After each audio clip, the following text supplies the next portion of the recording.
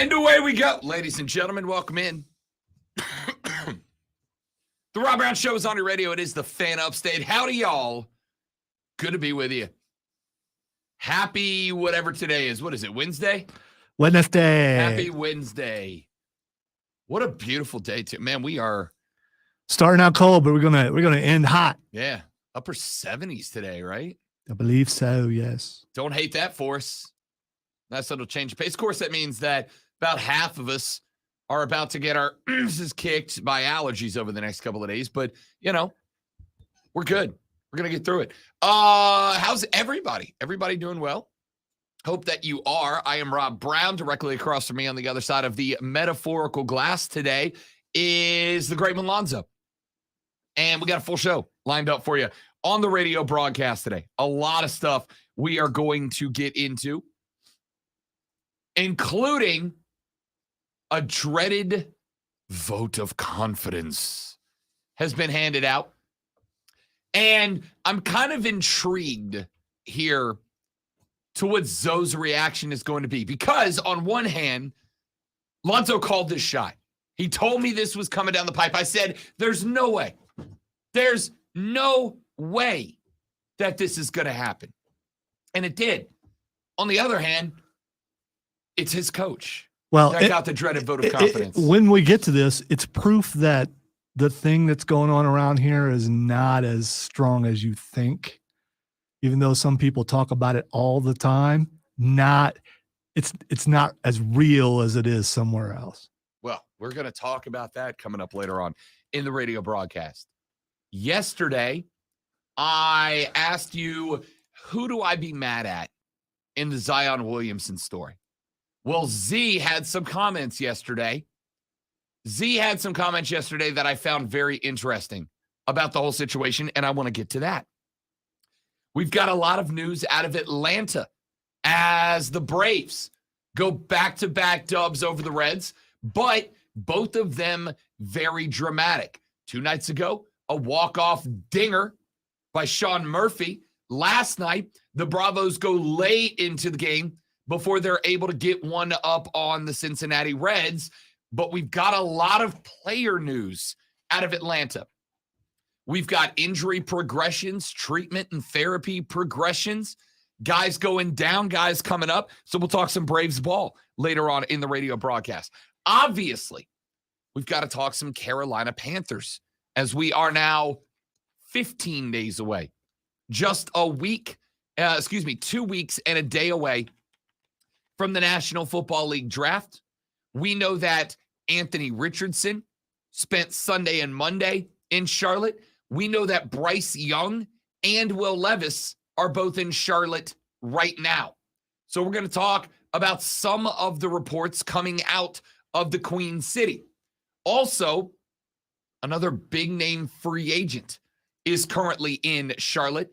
Another Cincinnati Bengals free agent is in Charlotte, and one that I genuinely think could be a difference maker for the Cats this year if they are able to get him on the payroll. I'll tell you who it is and why later on in the show.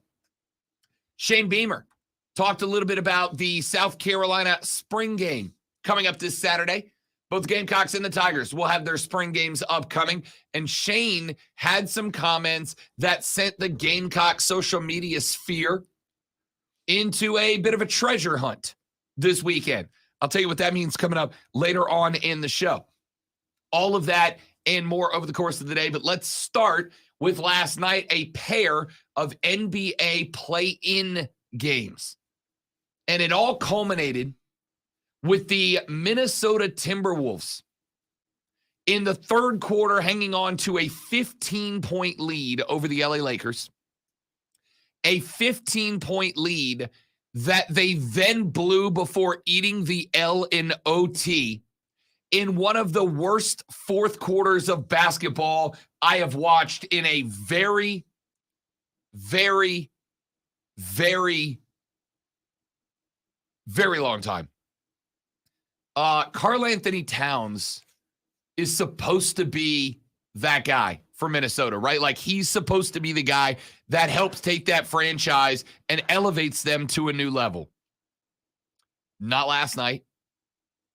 0 for 2 and 0 points in a fourth quarter where the Lakers just chipped away. On the other hand, a guy that the majority of this audience seems to want to continue to denigrate as a player, LeBron James. Bron decided to take over that game late in the game last night. And just by being LeBron, was able to climb back in and win that thing. How long will it be before the next part of the playoffs start for the Lakers? Sunday. Okay. Their next game. So they got a few days to rest up. Will he actually play Sunday? I don't know, because, Hey, look, you can bang on LeBron all you want, buddy. Last night, Bron was the game breaker for LA. Now, let me be abundantly clear. I think that this is more a story of Minnesota completely breaking down than it was the LA Lakers doing something special. But although earlier in the year with Westbrook and all that guy, there was no way the Lakers were making the playoffs. None. And here they are, not just in the playoff, but the first play-in team out of the West to get into the playoffs. The Timberwolves will now hang out.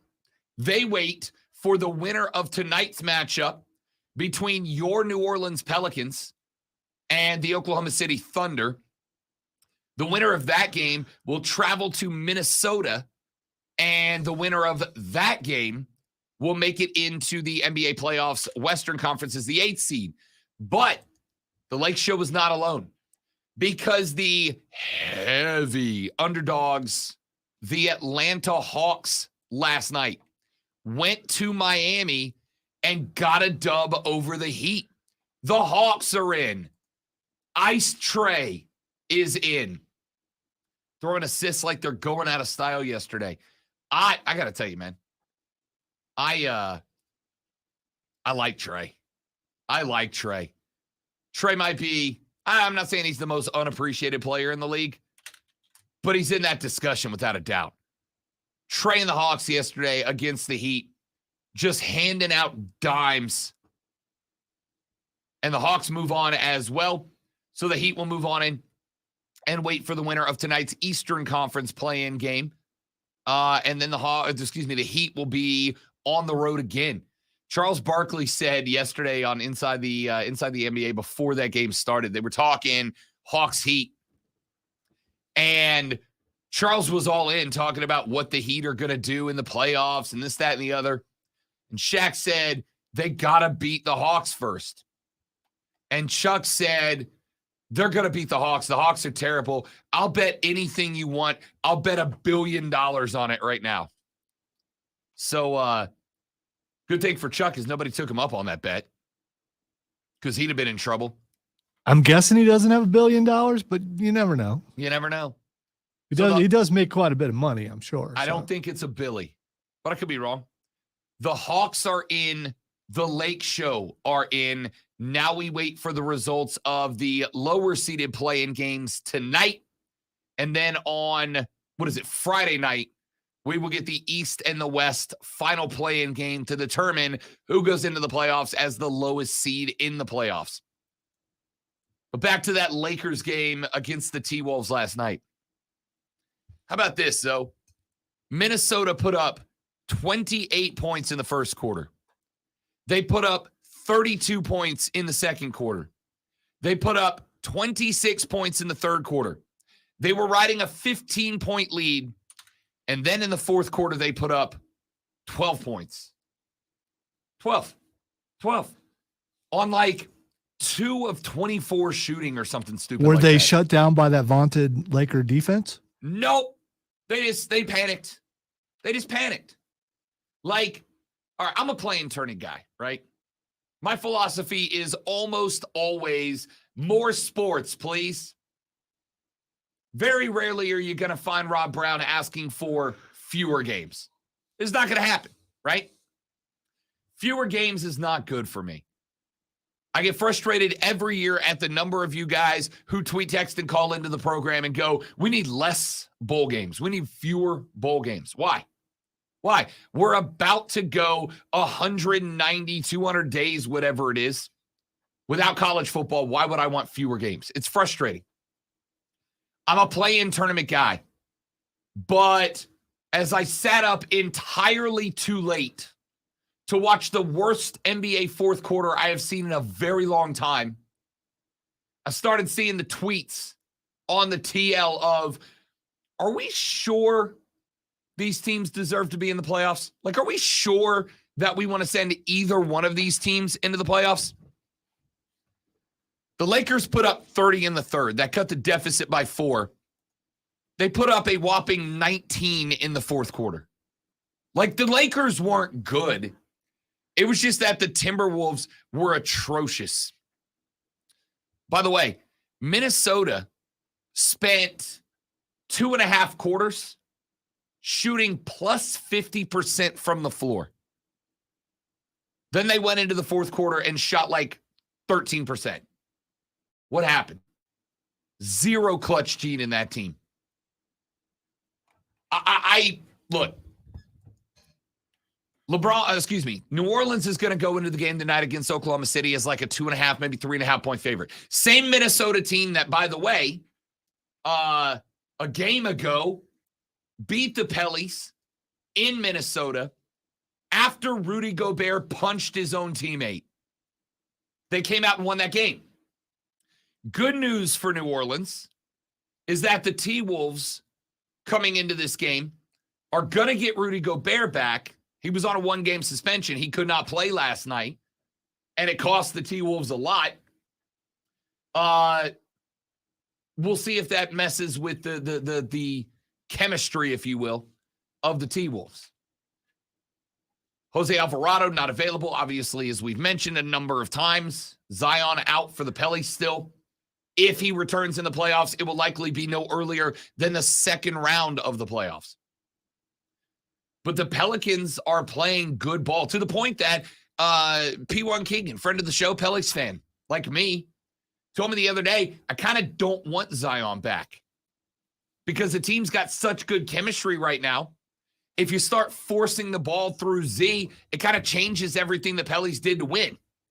On the flip side, after Zion went away, they went from the second seed in the West to now fighting and having to win 2 games back-to-back on the road for the second one in order to get in. I don't know. I don't love it. I don't love it. So we'll see what the NBA play-in tournament lower seeded games look like tonight and set up for Friday, and we'll have breakdowns of those as the week progresses. But let's do this. Let's run to a break. Because when we come back, Lonzo has been telling me for a minute that his coach of the Ohio State University was going to get a vote of confidence because losing to Michigan and going 11-1 ain't good enough, apparently. And yesterday, he was proven correct. The Buckeyes gave Ryan Day the vote of confidence. And I am blown away by it. Blown away by it. So we're going to talk about that, get Zoe's reaction, and translate that to you guys. See how you feel about it when we come back. The great ones at the helm. My name is Rob Brown. The Rob Brown Show is on your radio, ladies and gentlemen. This is the Fan Upstate. QC. All right, guys, got a live read. Don't go anywhere. We will be right back.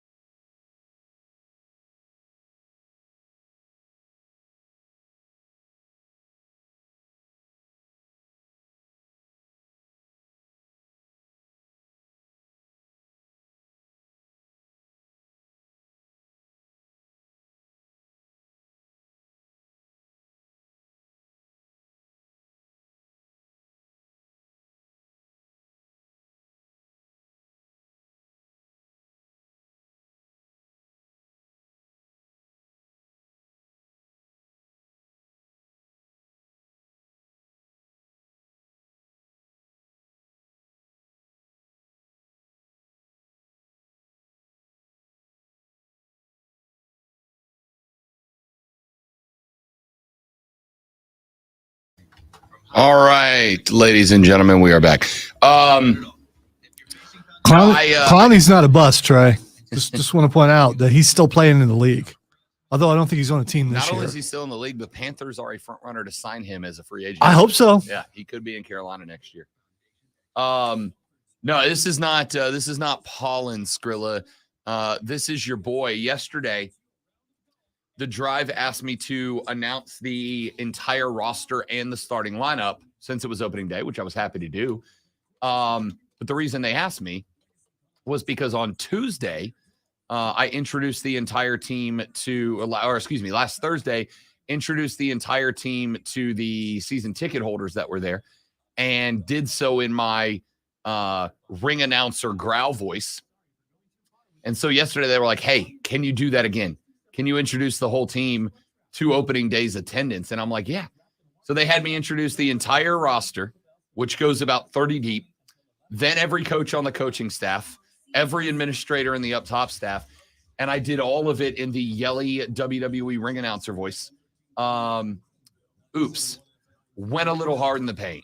It's not as bad as it is when he sings AC/DC songs, though. Correct. So, which is why I do 2 of those as show tops.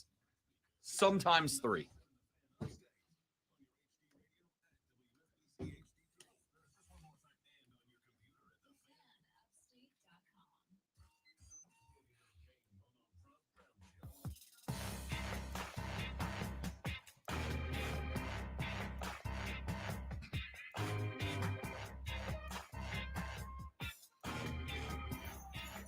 The Rob Brown Show back on your radio. It is the Fan Upstate. The dreaded vote of confidence is something that has almost become a shtick in college football. Now, it may be confirmation bias. It may not, but it's always kind of felt like when an organization, when a team, when a program sees its university president or regent or whatever they are come out and go, Coach so-and-so is our guy. He's our dude. We're happy with him. We love this guy. It basically feels like a challenge to the coach. Win this year or you're done, yeah? Well, Ryan Day has lost back-to-back games to the Michigan Wolverines while serving as the head coach of the Buckeyes of Ohio State. And when he dropped the one last year, despite the fact that the Buckeyes were one of 4 teams in the college football semifinal, despite the fact that the Buckeyes were 1 field goal away from upsetting the eventual national champions, the Georgia Bulldogs. Worst kick in the history of football. I mean, I don't know history of football. Certainly the history of the college football semifinals. The Buckeyes were 1 atrocious kick at the stroke of midnight on New Year's Eve, by the way. It was incredible how well Ohio State's jacked up field goal lined up with the midnight strike of New Year's Day.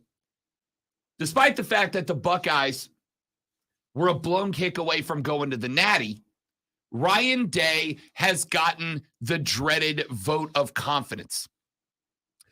Ohio State Athletic Director Gene Smith told ESPN yesterday that Ryan Day is, quote, my CEO, end quote. He said, quote, my standards are high. Our team standards are high. So we talk about how do we get better and how do we make sure we are able to win championships that we aspire to win. We look at each individual contest that got in the way of that, and we're trying to figure out what's the strategy to mitigate that. When we lose, it's highly disappointing, but I break things down and look at things objectively, and we have good conversations about what we need to do better. It's really not that bad, end quote.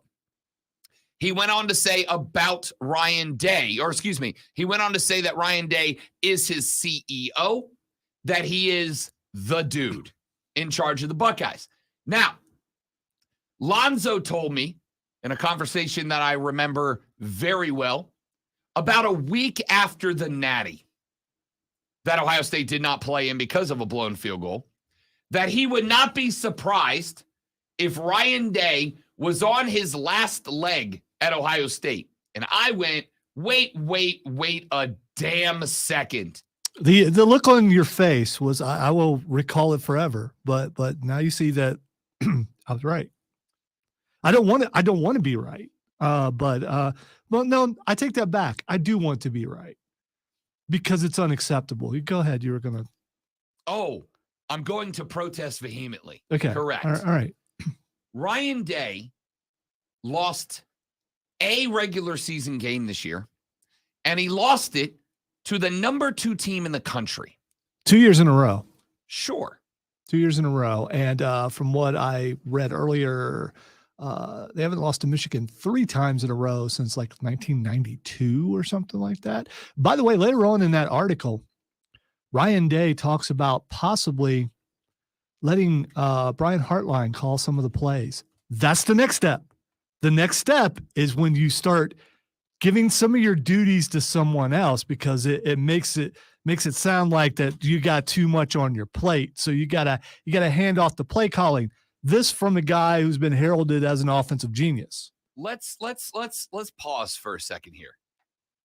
Before we get there, let's talk about where Ohio State is. And I want you guys to stick with me, because I know there's a handful of you going, Rob, we're in South Carolina. Why the hell are you talking about Ohio State? And I want you to stick with me here for a minute. Oh, you're going to hate me before it's over. I want you to stick with me here for a minute. Ryan Day lost, correct me if I'm wrong, Alonzo, 1 regular season game. The 1 regular season game was to... All right, this year won. Yeah, and last year also lost to Michigan. 1 regular season game this year. The game you lost was to the number 2 team in the country. Doesn't matter.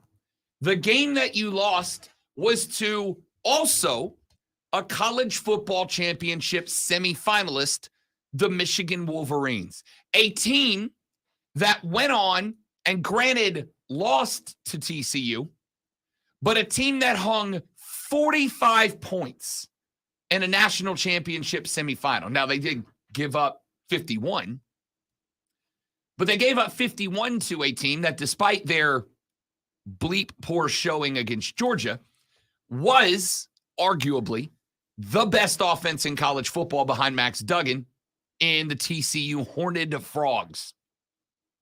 So Ryan Day lost a game to the number 2 team in the country, a college football semifinalist, and a team that would go on and hang 45 in a semi. He then showed up in the semifinals with the Buckeyes against the Georgia Bulldogs, the team that was, it felt like, all but a consensus pick to win the Natty in the playoffs last year. And you went 42-41 with a genuine chance, had your kicker not to win that game and go on to play in the Natty. And I would suspect, based on the performance of TCU, likely win the national championship. If that field goal, Ryan Day put his team in a position to walk off, win that game, and effectively win a national championship. Now, we talk about how the vote of confidence usually means it's a prove-it year for the guy who gets it, right? That is not always true. Sometimes a vote of confidence really is just a vote of confidence. It's true, Rob. Is it damn true? Yes. Sometimes a vote of confidence is just a vote of confidence, right? I went downstairs the other day.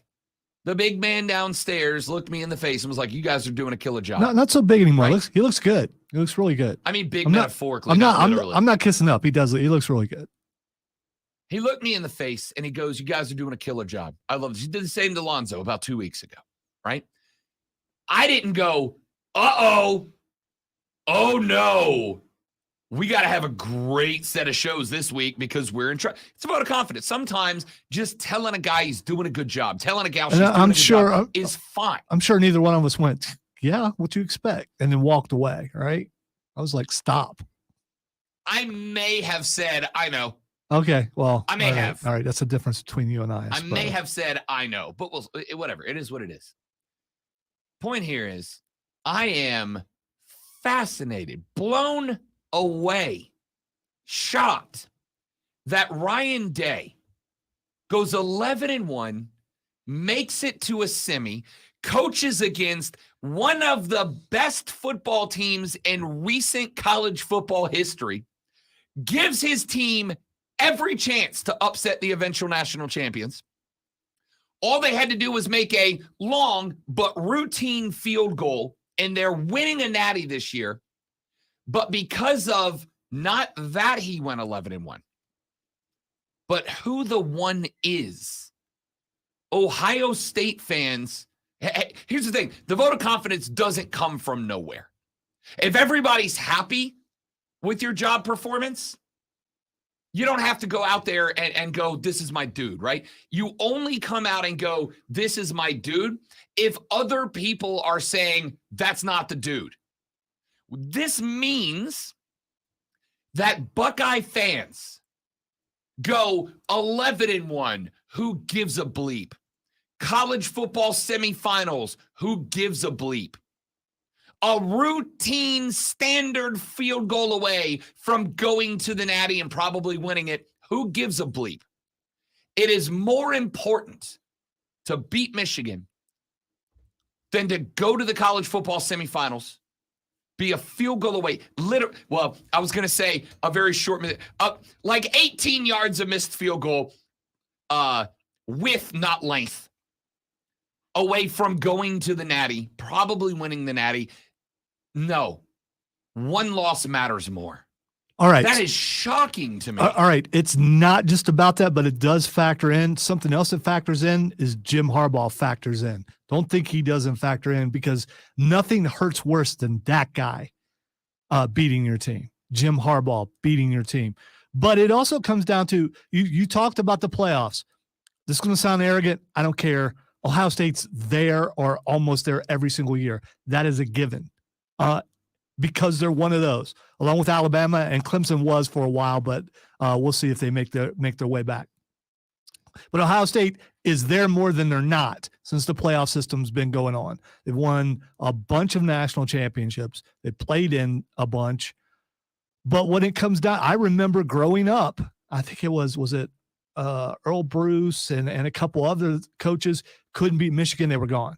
And you expect to win all your games at Ohio State because they almost always do. The only blemish in recent memory is when Fickell coached them for 1 year, and I think they only won like 8 games, and he was gone. You expect to win that many games. You expect to beat Michigan, and you expect to be in the playoffs or in the national championship. You expect that, and that's what you talk about the Blue Bloods thing. It's because they are one of those, because they're there enough to expect it. But a true rivalry, this comes into play. You checked all the boxes except for one. You need to check all of the boxes. If you can't beat Michigan, if he loses for a third time, he's gone. And what if they lose to Michigan and win the natty? Does that reset in this case, if it would have happened this year, if they lost to Michigan and won the national championship, which we've talked about could absolutely have happened. Next year, lose to Michigan. No. This comes into play. Because there are 2 losses involved with it. If they win a national championship, maybe he gets another year. I don't know. But if they lose to Michigan 3 times in a row, what's the chances they're getting into playoffs again? Things just had to fall perfectly this last time. Now next year, I think it's next year when they expand the playoffs, it won't matter as much. This is the last year where it will matter more. But here's the other thing. I've lived here nearly half my life. There are shows that dedicate the majority of their week to the rivalry between South Carolina and Clemson. It's not that kind of rivalry. You have not reached the level that Ohio State and Michigan has. If you did, then Dabo would be on the hot seat, because Dabo lost to South Carolina 5 years in a row, didn't get fired. That would never play at Ohio State. If I would say the same thing for Auburn and Alabama, although it hasn't been a rivalry like it used to be. But if Nick Saban would have lost to Auburn a couple years in a row, Nick Saban would have been fired, because it means that, I know SEC, it just means more, whatever.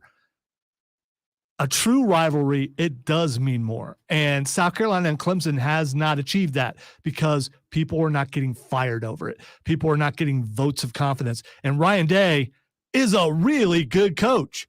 But James is filling out John Cooper. Was a really good coach. struggled with Michigan, was gone.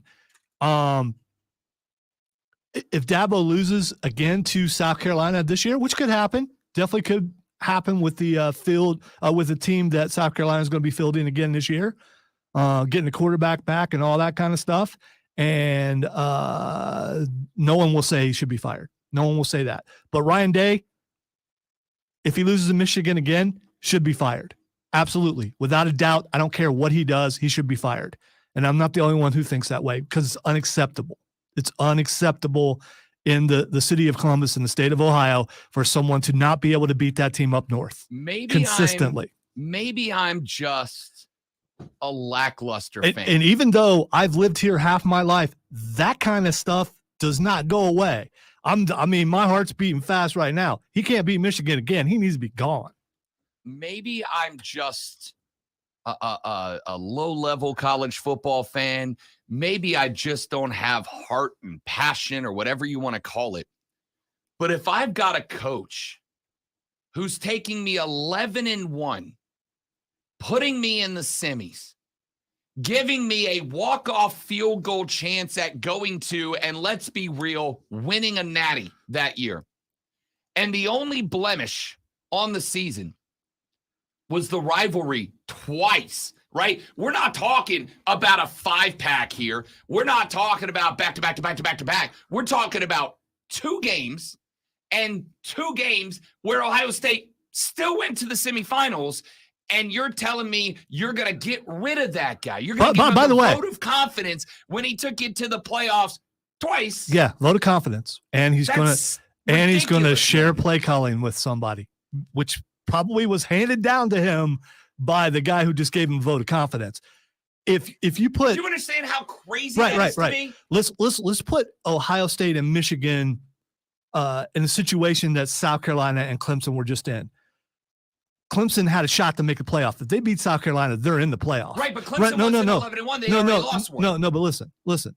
Okay, you put them in the same position where if the loss to Michigan also cost Ohio State a shot at the playoff, he may not be there right now. All right, let's do that then. Let's put this out there for you guys. Back-to-back years. That's a good point, Kellen. Kellen says Hartline turned down the Cincy job to stay at Ohio State for a reason. Yeah. He knows Ryan Day's 1 foot out the door. That might be true. Let me put this into perspective for the folks here in the upstate. And for those of you on the stream, you can play the game. Just insert your school in place of Ohio State. Let's say that your school, back-to-back seasons, 11-1, back-to-back seasons in the college football playoff, back-to-back seasons had a very good chance to win a natty. Again, I don't know what else Ryan Day could have done. He coached that team to just go make a damn field goal, right? It should be one of the easiest things to do in football. Send the special teams unit out and make a field goal. By the way, you beat Michigan. You're not playing Georgia in the first round. Sure. You're probably playing TCU. Listen, either way, you had to beat Georgia for a natty because Michigan wasn't beating them either. You're right. You're right. So the game basically becomes get in, beat Georgia, win the natty. That was the game for all 3 teams in the playoff. It was beat Georgia, win a natty. So your team goes 11-1 twice, goes to the playoffs twice, is a field goal away from a natty, but both times you lose to the rival, right? Your rival's the only team that beats you in the regular season. You're in the semifinals twice. How the hell are you making the call to get rid of a coach that puts you in the playoffs back-to-back years? How in the hell are you making the play to even consider putting him on the hot seat for having the audacity of bringing you to the college football semifinals twice? Expectations are there for a reason, and they don't. Sometimes they're bad expectations, but this is, it's cumulative. It's been this way forever because of the high standard that's been put forth from the guys before you who have coached that team and the ones who struggled against that team up north. No matter how good they were out the door. Man, It doesn't mean the same in some places. It doesn't mean the same here. I love the Clemson South Carolina rivalry. I do, but it's not the same as that rivalry. Okay, because people don't lose their jobs over it. Let me change the conversation then. It might mean more. Let's go with that's true. It means more. It's still stupid. By the way, it's still dumb. By the way, having passion about something doesn't make that something better. Let me say this to you. I agree with you, but as some would say, it is what it is, and that's what it is. That's not going away. The only way that goes away would be for the team to be so bad that those expectations are unwarranted, and that's just not going to happen. I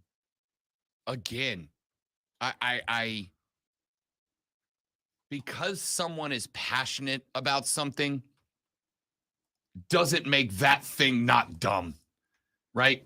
I'm going to say that thing. If it was your team, you'd get it. I got nothing, man. I guess I guess you're right. I guess I just don't get it. Maybe it's just me. Maybe I just don't get it. But you do see that I'm right about all this as far as what we're seeing in the media right now. I mean, I guess so. And I'm glad. I know how this sounds, but I'm glad things haven't changed since I left.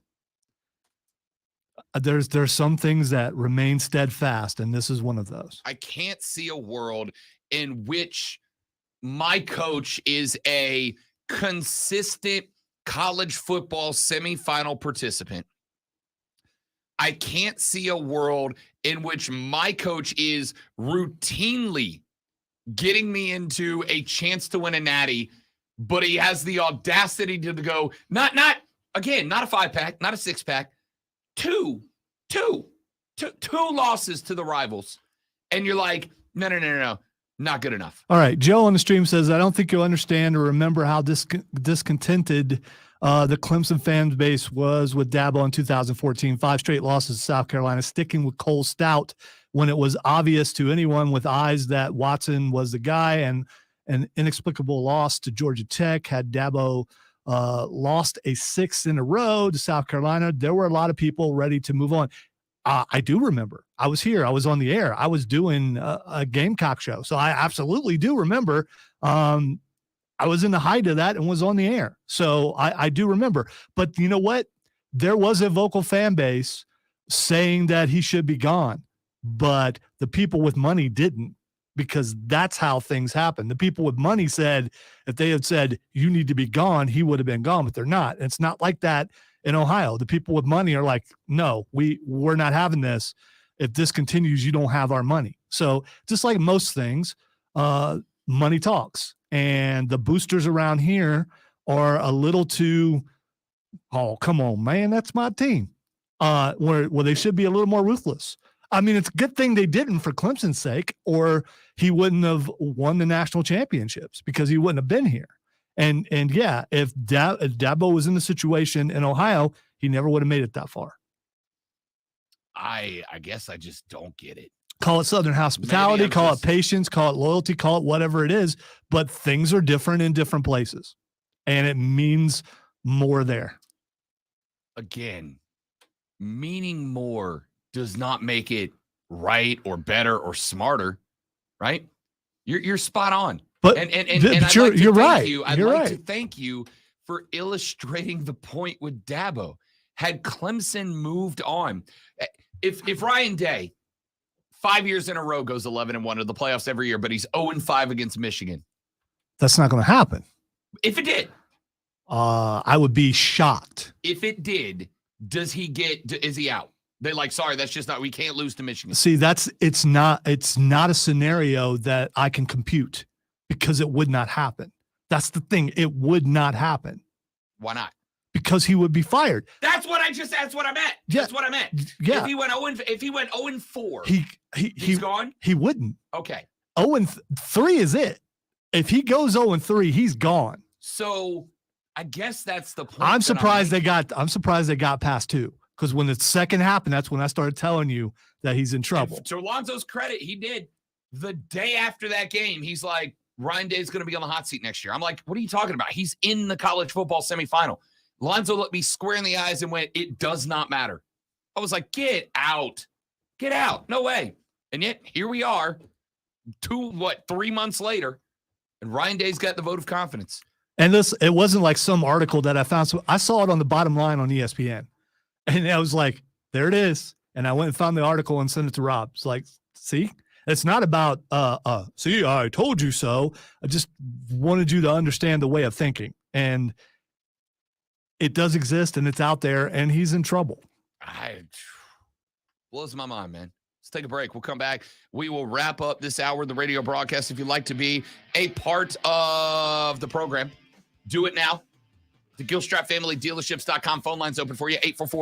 844-326-3663. 844-326-3663. You can text us at 71307. Start your text with FAN. Bo texted in, said Hartline got bumped to OC and will make $1.6 million from the $950K he saw in 22. He didn't stay because Day is halfway out. I can't imagine he is, but maybe. And Texture says, zero chance my college coach gets axed for back-to-back 11-1 seasons. Take a break. Back after this on the Rob Brown Show in the Fan Upstate.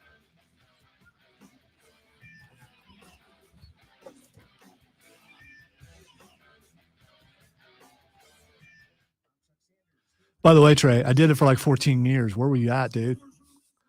It's not like it was, like 1 year or 2 years. It was,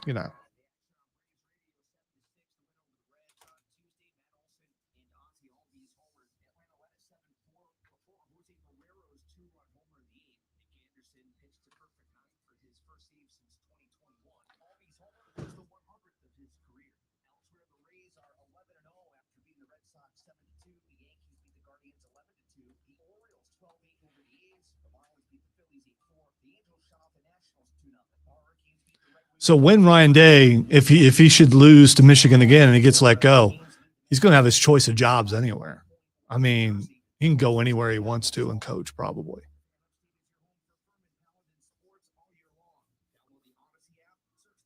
Gotcha.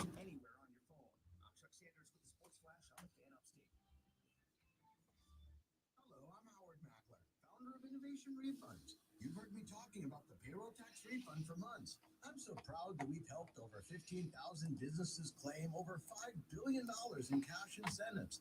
If you own a business, even if you've asked your CPA about this, you owe it to yourself to take another look. Every client is assigned a licensed and insured tax attorney who evaluates your company at my expense to accurately determine eligibility. Innovation Refunds has hundreds of 5-star reviews. Steve. Your business might be entitled to receive up to $26,000 per employee. Businesses of all types can qualify, including medical, professional, construction. By the way, Joe, I agree with you, but they've said that every time and they've managed to find someone, except for the Fickle year.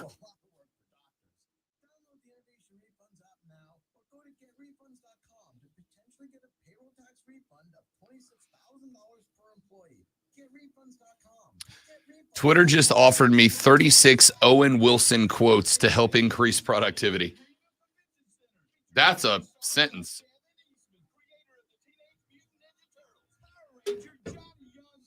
That's funny, Joe.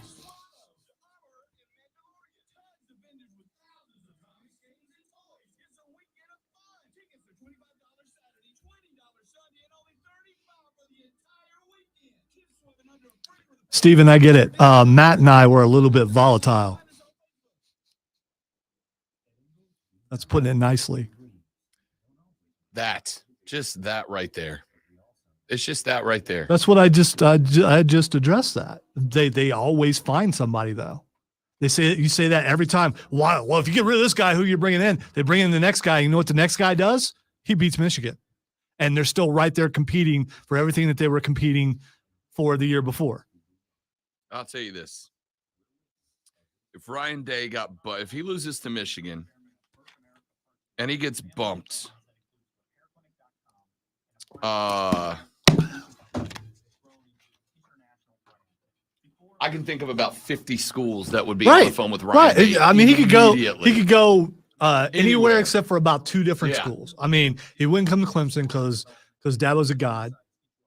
and he won't go to Alabama as long as Saban's Right. there. That's it. He's not going to Georgia. They're happy with Kirby. Yeah. That's the list. Our new technology platform developed by AmericanEagle.com has produced tremendous results with higher traffic, conversion, engagement, and online revenue. If you have any home repairs you need to take care of, check us out. It wouldn't even shock me if Ohio State was in contention and had a chance to make it into playoff. If they lost to Michigan, still made it into playoff, that Ryan Day was fired and whoever the interim is would coach in the playoffs. Can't lose 3 in a row. He might even step down before he's fired.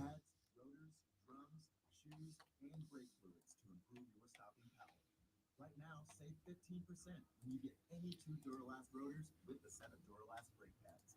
Missing a tool? Ask about our free loaner tool program. Do votes of confidence work the same way in every profession? No. Not even a little. So it's just sports? The public vote of confidence, first off, requires that the public gives a damn. Okay, Right. there's that. There's very few careers where the public cares as much as sports, right? Like, I'm genuinely racking my brain trying to think of one. Acting, but even then, like, who's the school president in the acting metaphor? The producer comes out and goes, so and so is our guy. Like, I don't think there's another entity. Spielberg. I don't know. Harrison Ford's my guy. Yeah. Monzo just asked me off the air, which you can participate in the conversation by going to facebook.com/thefanupstate or searching for the Fan Upstate on the YouTube page and subscribing there, or the Rob Brown Show on Twitch and subscribing there. Zoe just asked me a second ago, does the vote of confidence work the same for other jobs? And my answer was, like, no, but primarily because I can't think of another job where it could, right? What other job is there where the public, because the key to the vote of confidence being required is that the public has to give a damn, right? What other business is there where we do? I would say probably politics, but in the end, people just go with, yeah, I know that guy. Yeah. You know, they don't care what he does. Politics was the first thought I had, right? Like, if there's a seated senator who says something real dumb and the president from the, okay, I'd say that's like all of them. made up Yeah. senator here, Okay. because the list is not short. Made up senator who says something dumb, and the seated president from the same party is like, that's my guy. I like this guy. That's my guy. How come you Then sound maybe- like Richard Nixon? Because I didn't want to do the an impersonation of any current or recent president, because I don't want Okay. anybody to feel like I was picking on them. Yeah, but Richard Nixon saying that's my guy, it means something That's totally my different. guy. Yeah. I can't think of any job that And if you don't know who that is, listeners, pay attention in history. I am not a crook. I can't think of any other dude or any other career where a dude would get a vote of confidence as basically a warning, right? Basically a warning. Also, college presidents, stop doing this, right? What? Stop. Do you think Ryan Day has more pressure on him today than he did yesterday? Well, Yes! that's kind of the point. Yes! I mean, that's why you do it, to say, hey, I don't care how good you are. You need to take care of this. Why don't you just call the guy and let him know? I mean, I guess it's Well, because you're you're let- getting peppered with questions Yeah, constantly. You're letting the people with money who are pressuring you into having a discussion with them know that you're taking care of it. You're handling it. Yeah, I got it. Is this Buckeye fans, boosters, not fans, boosters? I'm not talking like T-shirt sidewalk fans. I'm talking big money fans, right? The ones who put their cash into the program to keep it going. Is this Ohio State fans going, yeah, I know we were in the semi. Yeah, I know we were a field goal away from winning a natty. Yeah, I know that was an incredible season, but he lost to Michigan twice. Bleep you. Give me a different coach or give me my money back. There are certain What the hell is this? certain pockets, certain areas. You walk in with blue of any kind, you might not walk out. I'm just saying, you know. It's weird, man. It's just a weird scenario. All right, let's take a break. When we come back in the next hour of the radio show, a couple things I want to get to. Yesterday, Rob Brown attended his first baseball game with the pitch clock in play. I'm going to tell you what my personal thoughts on it were as a fan in attendance. We got that coming up. We do have the Masters Sunday ratings in now. We know what they look like. What did that audience look like for Sunday at the Masters? Really good. I got a theory as to why. We'll talk about that. And speaking of Big Ten football, they got a new commissioner. And his selection tells me something about the future of college football. All that and more coming up in the next hour of the Rob Brown Show. This is the Fan Upstate.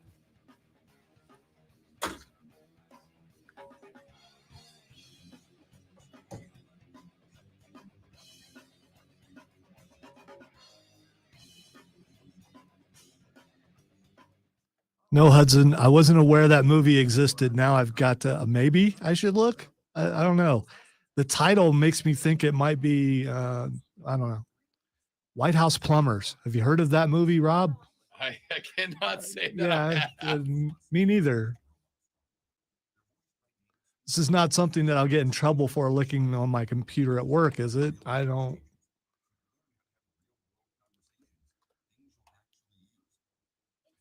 Do you remember the movie?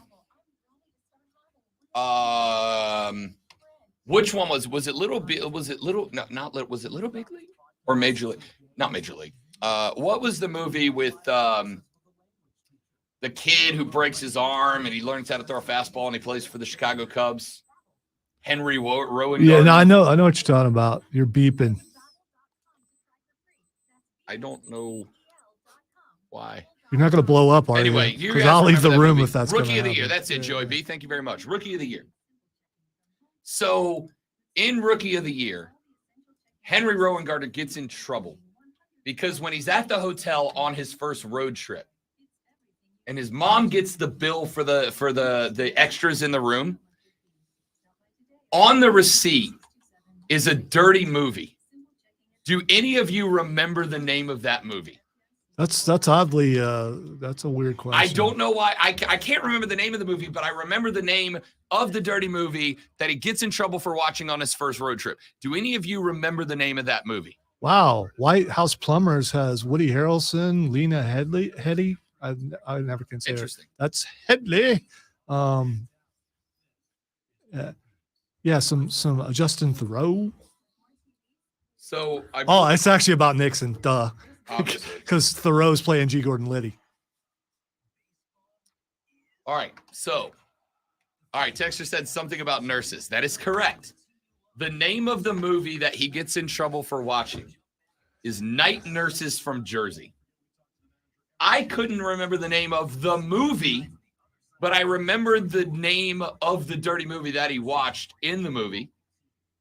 So you're asking what that says about you? No. Oh, okay. Like 2 days ago, I was on, I think, Twitter, and one of my friends responded to another of my friends. I don't even know what they were talking about. I was on, we'll go with Twitter. It's the type of nurses, or it's something about nurses.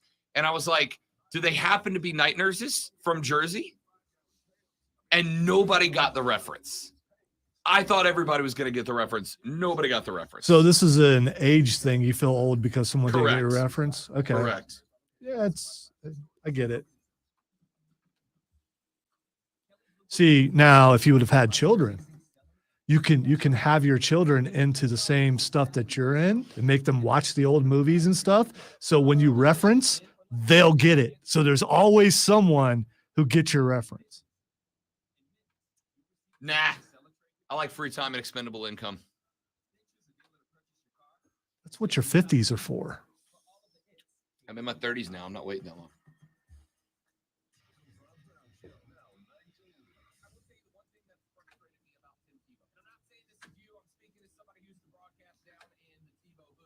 Yes, I will keep this promo forever. I know you will. Until he makes me take it off. And he will make me take it off will. eventually.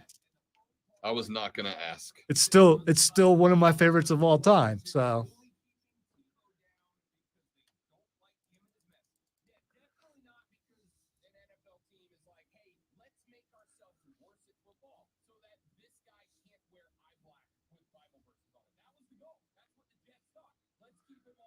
Okay. I don't know what you guys are talking about, but two of you knew what something was. Funky Bill Love It. That was another dirty movie from that movie. Oh, was it? Yeah. Okay.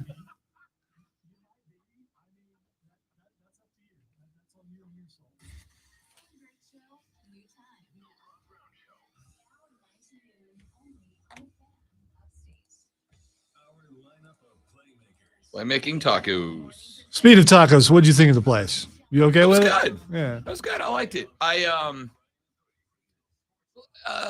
Probably a little more pricey than I would have liked for the style of tacos that we got. I think all restaurants are pricey right now, but I get what you're saying. Yeah, like that's the place I want to go order 3 tacos. Can't order 3 tacos when they're $6.50. You order 3 tacos when they're all $3. The tacos were good, but a $7 taco should be bigger than they were. I was enjoying the queso was some of the better queso I've had. I was enjoying the critiques of the artwork by everyone.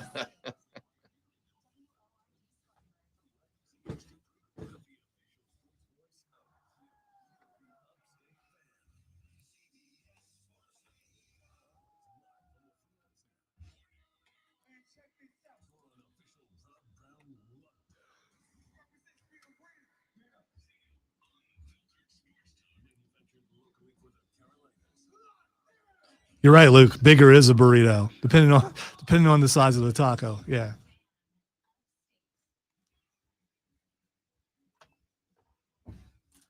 Gable's in the first break.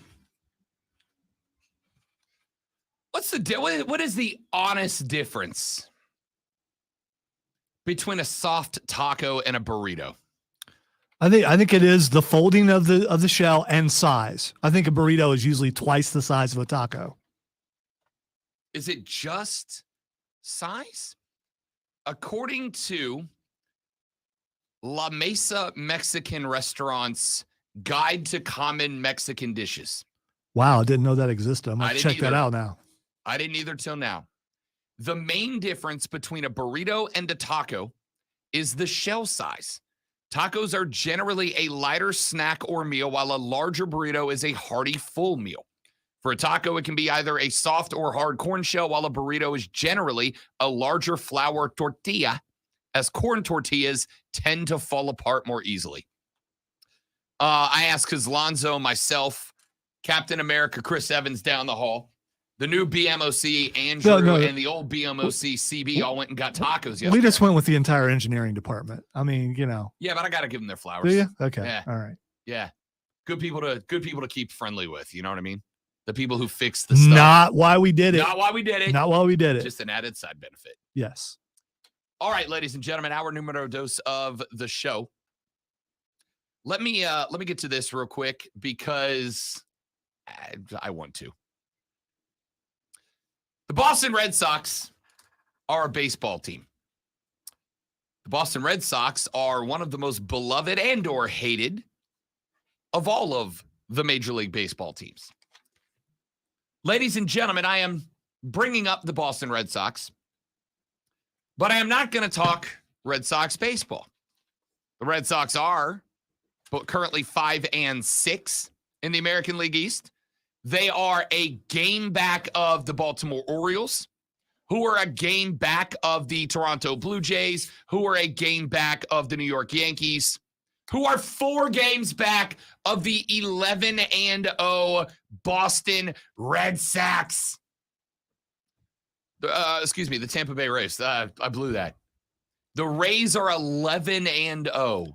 So, using the logic that all Braves fans seem to use, The Red Sox should just give up. Yeah, no, Just give up. Just break up the team. Yeah, and the team that's undefeated has already won the whole thing. Pretty close. I mean, it's over. And they're 11-0. Yeah, I mean, Good. come on. Going for the clean dozen out of the gate. Last team to get to a dozen wins to start the year was way back in 1987. So it's impressive. But that, ladies and gentlemen, that is not why I am bringing up the Boston Red Sox. Were you around in 1987? I was. Okay. I was swaddling. I was a year and a half old when this happened, That's when I broke my knee. but I was around. Yeah, I remember it. Fenway Pack in Baston. I'm a big fan. You know, I'm not a baseball guy, in case you hadn't noticed, but I would love to go there. Yeah. Just because. History, Yeah. right? Fenway Pack. I went to Fenway Pack a couple of years ago, went up to Baston, saw the monster. It was great. It was very cool to sit and look at a field where so much history. The Babe played there. Ted played there, right? Legends played on that exact field. Fallout 4 happened there, but Sure. We all got our things. I respect it. So standing there, looking around Fenway Pack, I was blown away.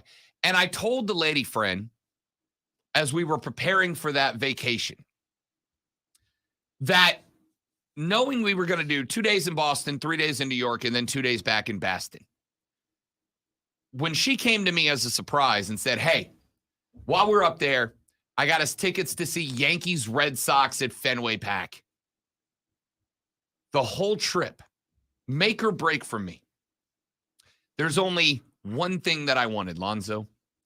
I wanted a hot dog and a cold beer at Fenway Park. That's it. Anything else, we're up there. We do whatever you want to do. I don't care. We can go in taking. We can do whatever you want. The rest of the trip is yours. I want a cold beer and I want a hot dog at Fenway Park. And I got it. I got a cold beer and a hot dog.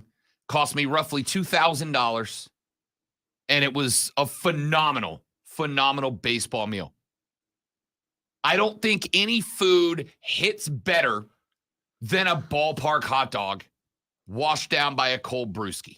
And it's just nothing better on planet Earth than a ballpark dog and a beer. So I got my hot dog. I got my beer. Rob was a happy fat kid at the time. Well, the dogs at Fenway Pack, the Red Sox fans aren't happy right now. In fact, there is a large contingent of Red Sox fans who are openly speaking out about the team. Not because the team is currently standing at 5-6, dead last in the American League East, and a distant long shot to win the division. They are mad because Fenway Park changed their ketchup. They have a new ketchup in the stadium. I don't know who makes it. I don't know what changes.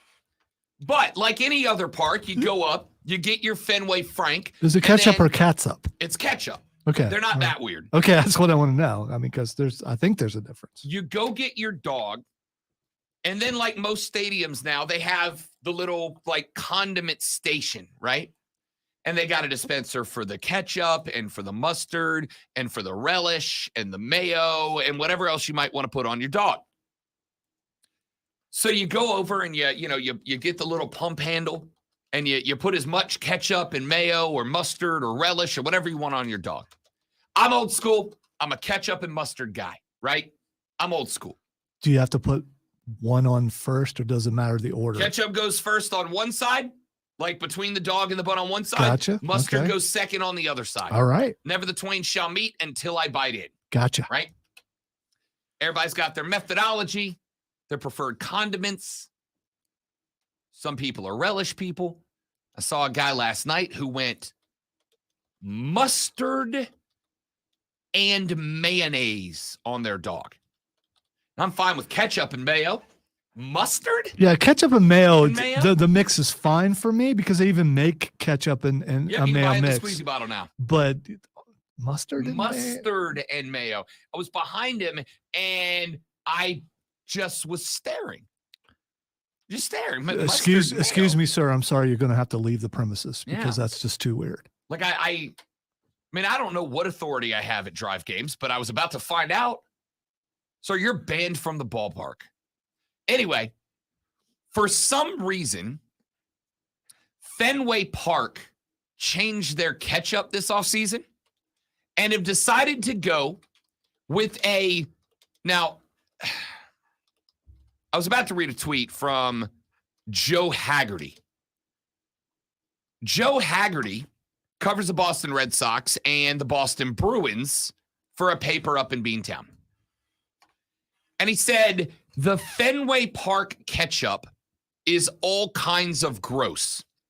Sugar-free veggie ketchup. What are we doing here? Honestly, it ends up taking away from the Red Sox experience. Hold on. You didn't mention that it was sugar-free. Okay, because people don't realize how much sugar is in a tomato. So natural sugar. I just love the fact that he was stunned that there is, quote, veggie ketchup. How do you, where do you think it comes from? Yeah, vegan ketchup. Okay. Do you think the ketchup comes out of the cow when you make the burger? There, Joe. It does not. Of course, it's veggie ketchup. It's a tomato. But the sugar-free, Now, I am fine with offering sugar-free ketchup. I'm fine with that because there are some people that, for health reasons or weight loss reasons, don't want the sugar. I get it. I'm trying to cut sugar out of my life right now. All right? I got fat again. What do you want? I'm trying to cut it out. So I appreciate sugar-free being You're right, offered. Hudson. Tomato is a fruit. Thank you. Whatever. Vegetarian. You can still eat fruit. You know what I mean. Anyway, Joe went on to say at the Winter Classic, I literally went into the media room and poured out a big pile of Heinz ketchup onto a plate for my wife and son so they weren't subjected to the ketchup abomination they serve in the Fenway stands. That was heroic. Way to go, dude. Wait, take care of your family. Then other people started chiming in. At CBUT135 said, hey, Fenway Park Red Sox, you need to change your ketchup. It's gross. Bringing my own ketchup packets to the game so I can eat a hot dog and enjoy it. The ketchup at the park quite literally ruins the food. Change it. At King of Diamonds said, Fenway's ketchup is weird. End quote. There are literally, I'm gonna say hundreds. I'm gonna say hundreds of people chiming in saying that the ketchup has been. I am stunned. The team is 5-6. The team has a 6'2", 220-pound Bobby Dahlback playing shortstop because they have such god-awful roster management that they do not have a reserve interior defender available. In their whole farm system, you got to come all the way down to Greenville to find a true shortstop in the Red Sox organization, right? All the way to high A ball to find a true because the roster mismanagement is atrocious. The Red Sox have put together a garbage rotation. They have let go of everybody that has been a stud for them over the past couple of years. The Red Sox right now took all the goodwill they earned from finally winning a World Series a few years back and have blown it, not because they put together a garbage roster, not because they are sub 500 again, not because they're going to tank, not because they're going to be in the cellar of the AL East again, not because the Yankees are going to wipe them off the map in the series. The Red Sox may not beat the Yankees this year. 162 games, Yankees, Red Sox make up 147 of them. The Red Sox may not make the Yankees, but it is not that drew the ire of the Boston Red Sox fans. No. The ire was drawn in Beantown because they changed the ketchup to sugar-free ketchup, and it, quote, ruins the Red Sox experience, end quote. All right, I just looked up sugar-free ketchup, and there's a ton of different brands that have it, including Heinz. So maybe next time one of us are at the store, we grab some sugar-free ketchup and try it. I mean, bring it in, try it on the show, and see how bad it is. I'm happy to do it. In fact, I think I mean, we're not talking ranch ice cream here. It's just ketchup. Yeah, so not As of right now, not this Saturday, but next Saturday, I'll be on the pulse. I might bring in some sugar-free ketchup, and I will even stop and get us some gas station dogs to test them on. Okay. I think French fries is a better test. But I mean, they're you know, talking about dogs. We got to go no, dogs. here. you're right. You're right. You're Right? absolutely right. To be accurate. At Eddie Brando said, I'm bringing my own from home. I won't let the Red Sox be fascist and force us to use their disgusting sugar-free ketchup. I mean, it's basically communistic saying you have to use that stuff. Give us a choice. It's America, people. At Bellhorn12 says they offer free hot dogs to sell family pack tickets, and now no one redeems the hot dogs. It's a win-win for sales. Let's see here. One guy got it. Jack said veggie ketchup as opposed to the traditional meat-based ketchup that we all grew up with. They ain't got meat in it, you know. Let's see. Yeah, I'm blown away. I'm just reading through all of the tweets. And like Red Sox fans are willing to let go of the fact that their team sucks, has zero direction at all, because they want to point all their guns at the fact that they changed the ketchup at Fenway Park. That's incredible to me. Incredible that the fan uprising is not the Yankees are beating us red-handed. Not we're in the cellar of the East and probably won't crawl out at any point this year. No. Not the fact that the Orioles have like 4 rookies in the lineup and are better than them. No. It's that the ketchup went bad. That's incredible, man. All right, let's take a break. When we come back here in just a minute from right now, this may shock you, but we've got to talk Carolina Panthers in the draft. Why? Because one of the all-time great quarterbacks of the National Football League has weighed in on who the Panthers should take number 1 overall and why. And I wonder if his opinion is valuable at all to you. We will find out in the next segment of the Rob Brown Show and the Fan Upstate. All right, guys, got a live read. Stay right there. We will be right back.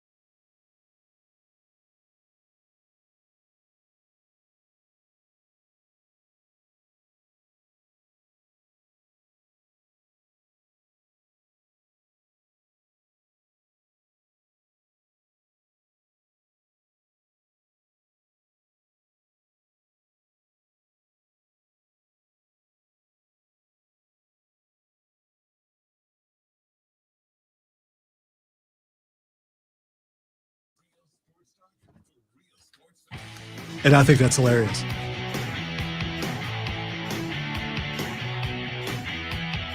The Rob Brown Show rolls on. It is the Fan Upstate, ladies and gentlemen.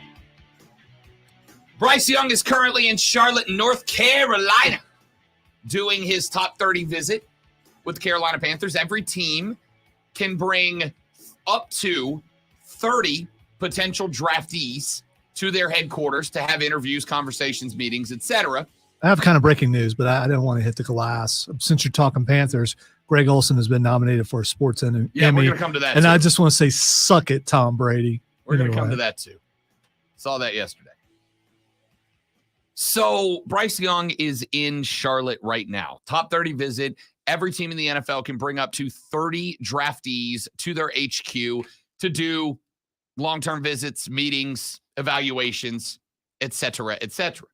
And the Panthers, doing their due diligence, have, of course, brought all 4 potential top quarterbacks to the building. Anthony Richardson was there Sunday and Monday. Bryce Young and Will Levis are there now. CJ Stroud, I do not know the official schedule, but does have a visit that they are working on getting on the books. Of course, CJ Stroud's going to be visiting most of the teams in the top 15 picks of the NFL draft over the next few days. So the Cats just got to get it on the books. The odds that Bryce Young is the overall top pick, we discussed them on the show yesterday. A week ago, CJ Stroud was the odds-on favorite to be the number 1 overall pick in the National Football League draft. That has flipped. At one point, CJ Stroud was sitting at about minus 175, Bryce Young about plus 125. Rob Brown put a little scratch on Bryce Young at plus 125. Bryce Young is now at minus 225, CJ Stroud at plus 150. And the rumor is that those odds might get even better for Bryce Young, or I should say worse for bettors, over the next couple of days. Because, according to multiple reports, Bryce Young has absolutely killed his meetings with the Carolina Panthers. Anthony Rizzuti covers the Panthers for Panthers Wire. He is one of the few guys that is a go-to for me to see what reports are coming out of Charlotte. Rizzuti and Will Kunkel, who covers the team for Fox up there in Charlotte, said, quote, I am told Bryce Young was, quote, impressive, end quote, in his top 30 interview with the Panthers today. I spoke to a couple of friends I have up there that do various sites. Rashad Beer will be joining us on Friday, by the way. We'll see if he hears the same thing. But apparently, according to Rizzuti, and these are his words, not mine, a direct quote, Bryce Young, quote, killed the interview process today, end quote. And I don't suspect he means killed it as in went in there and did such a good job that Frank Reich died. I mean, he went in there and had a great meeting. Last week, former scout and NFL media analyst Daniel Jeremiah leaked that Bryce Young registered the highest C2 cognition test score of the entire QB class. In addition, according to Rizzuti, Bryce Young, quote, blew away Panthers head coach Frank Reich, end quote, when they sat down to actually talk football during the team's pro day visit to Tuscaloosa.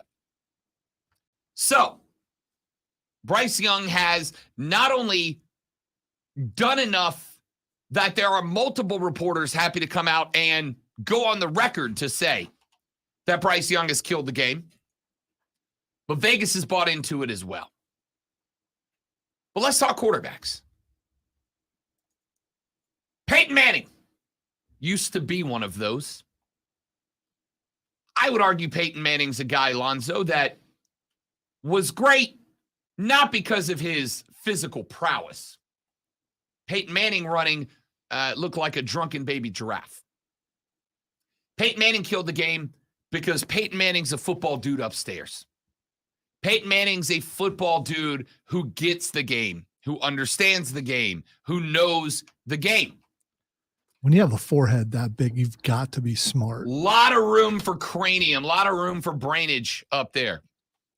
On the premiere episode of ESPN's On the Clock, a draft pod hosted by Peyton and another guy you may have heard of, Eli Manning, they evaluated the quarterbacks that could go off the board as quickly as, and I suspect they will, 1, 2, 3, 4.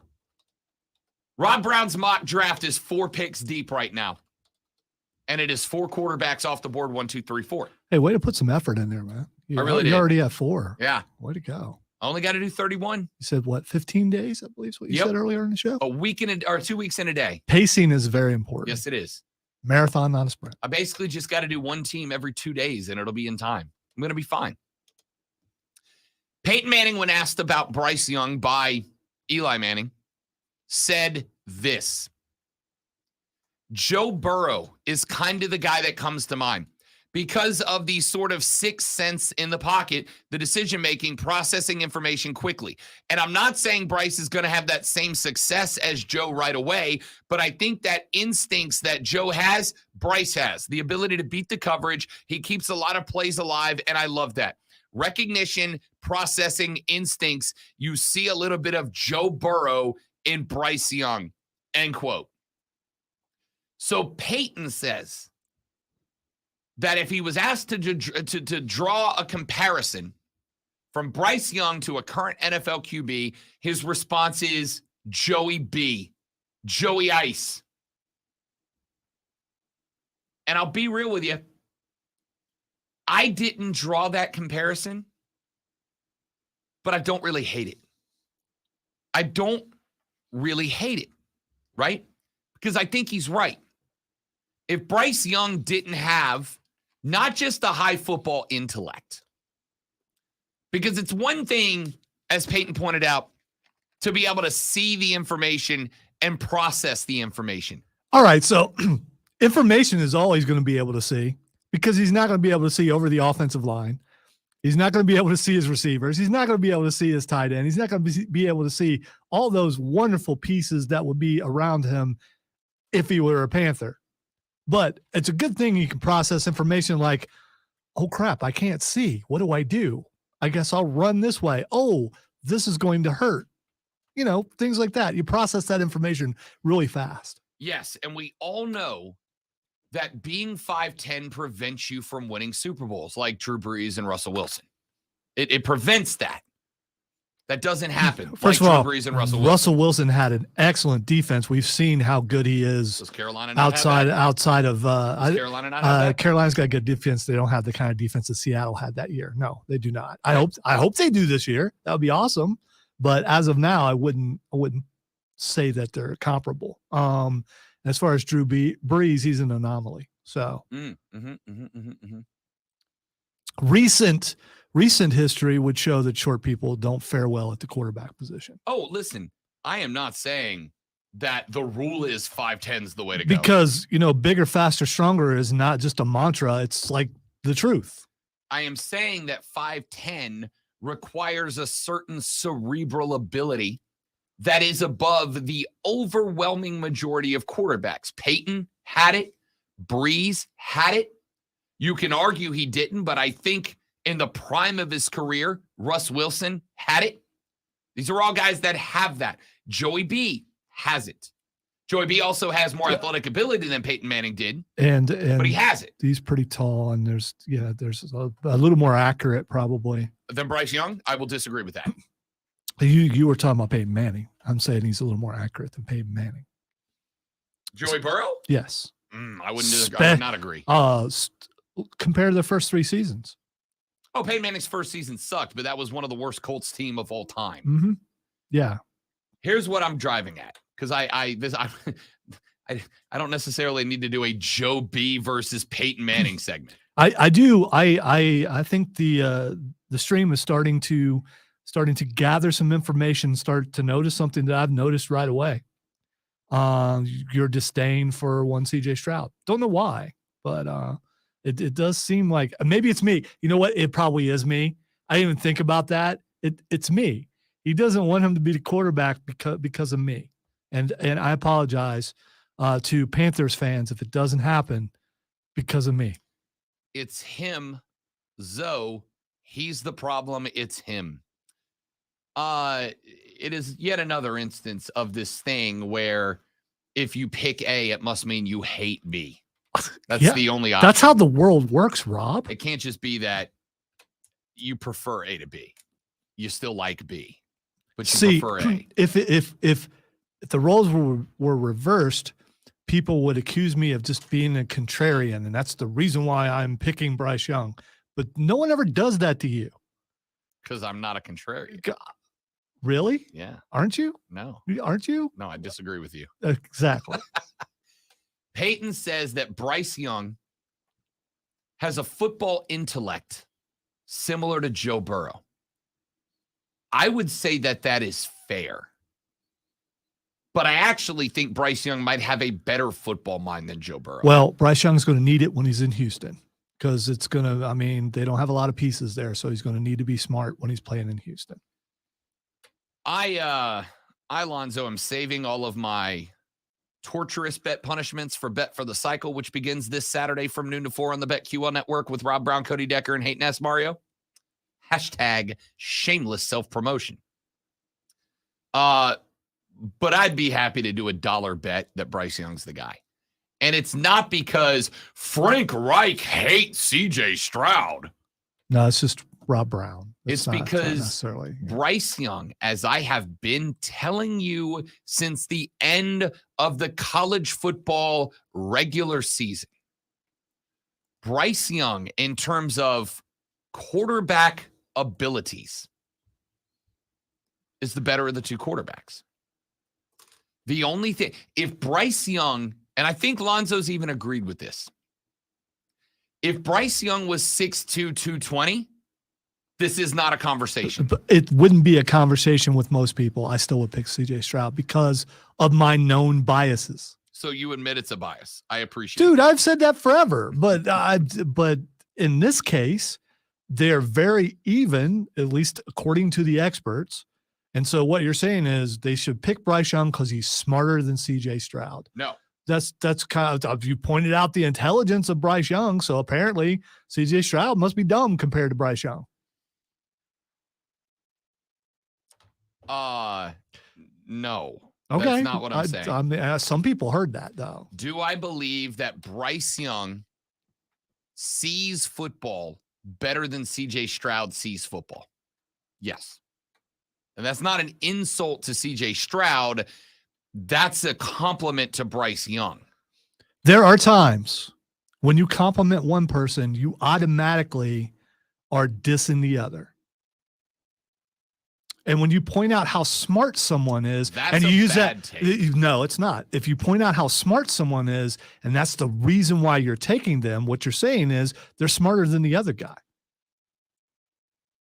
If you say to me that, see the wheels turning. Yeah, well, because I like to think about things before I say them. Otherwise, I say things like, if you like A more than B, you hate B. Go ahead and say that's the dumbest thing I've ever heard on the air. It's not. As a couple of guys have said to me to my face, it's not. Which was hurtful, and I said, well, I'm not done talking yet. So and then hang on, yeah, exactly. What I'm saying is that if you told me I like another radio show host because I think he's very, very good, I don't take that as you saying that I'm very, very bad. Yeah, that comparison doesn't work in this case because you're not vying for a job with that guy. Sure it is. I have applied for jobs before that I haven't gotten because somebody else did. It didn't make me go, oh, they hate me. It made me go, they think that guy's better than me. Well, I have hired before, and I'm guessing you killed it in the interview process. Oh, I did. And I would hire you every time, Rob Brown. I killed the Rob Brown Wonderlic test. Here's what I'm saying. Which is, you can also produce. You're hired. Bingo. So, Peyton Manning says Bryce Young is a better student of the game. He knows the game better than CJ Stroud. That's not saying CJ Stroud doesn't. It's just saying Bryce Young is above other people in that element. Well, using Rob Brown logic, the reason why CJ Stroud doesn't know as much is because he was surrounded by talent. So he didn't have to know as much because the talent was so great around him. He just had to be mediocre, and it would make him appear to be more than what he is. I have said that the margin of error for CJ Stroud was greater than it was for Bryce Young because of the talent around him, right? The margin of error was better, and I believe that. I stand by that. What I'm saying here is Pepe sees what I see.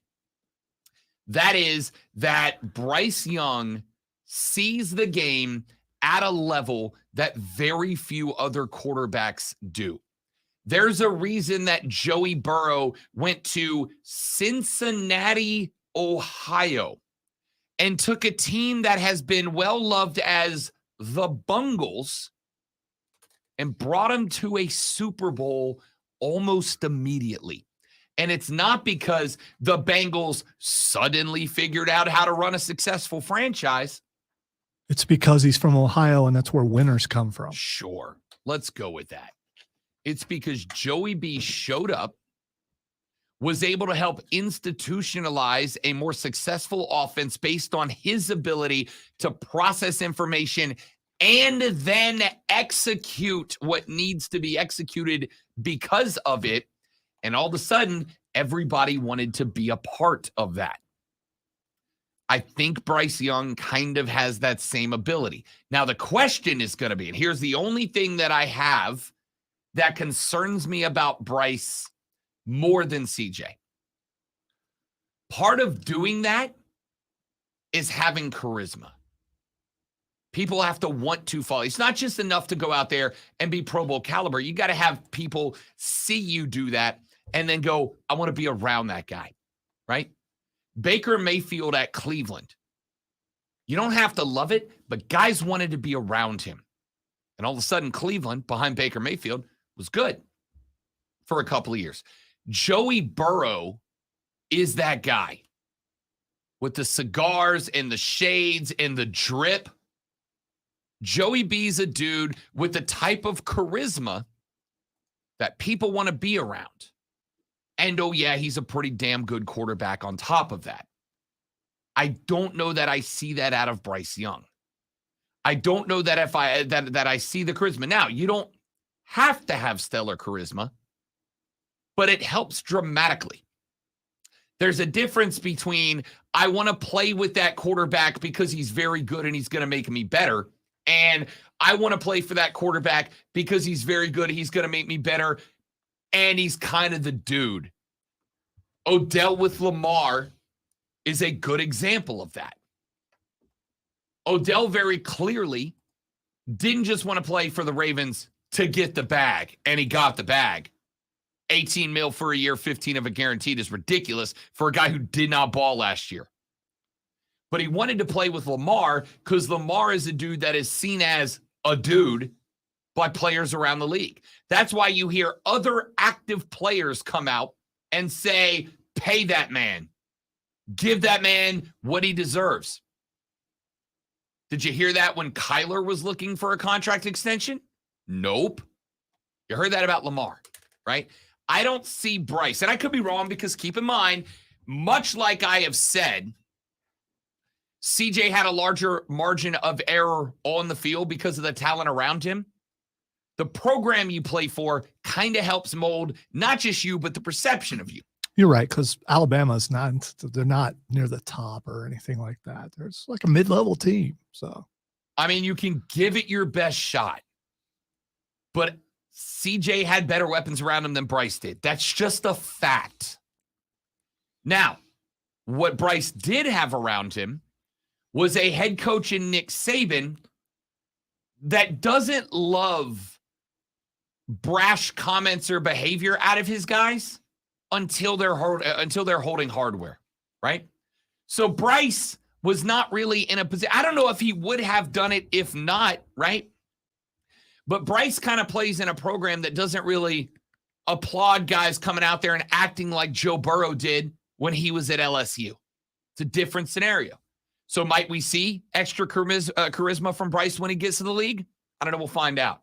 But I know we will find out with Bryce Young as QBF of the Carolina Panthers. Let's take a break. We're back after this to wrap up this hour of the show. The Rob Brown Show rolls on. This is the Fan Upstate. Or I'm confused about the F part. I mean, was QB future. oh okay, because I'm like okay, A B C D. Okay.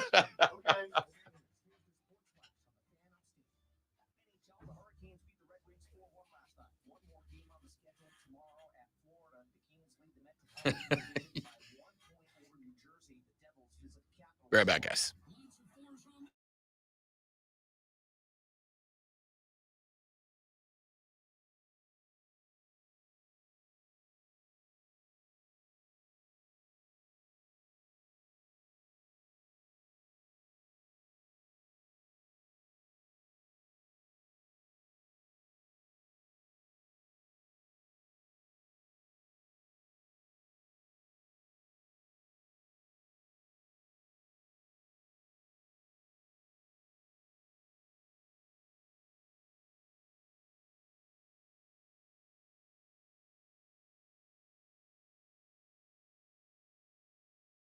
On the Fan Upstate. I always wanted to learn Spanish, but I off the top of my head, I don't think either one of them has dealt with significant injuries. Like significant, like long term. Bryce had a sprain to his AC joint back in 2022, obviously, back in October. But if I recall correctly, it didn't cause him to miss any time except for the play. He missed the Texas A&M game. That's when Jalen Milroe filled in for him. Top of your head, Lonzo, did CJ Stroud miss any time due to injury? As you were saying that, I don't remember. I don't. But it doesn't mean it didn't happen. Let's check out Draft Sharks. They do a pretty good job of compiling injury.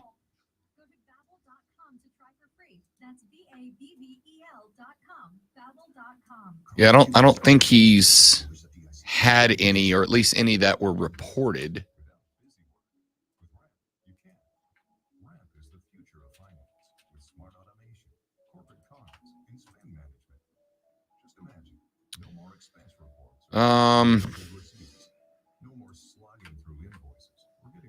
Yeah, I don't think.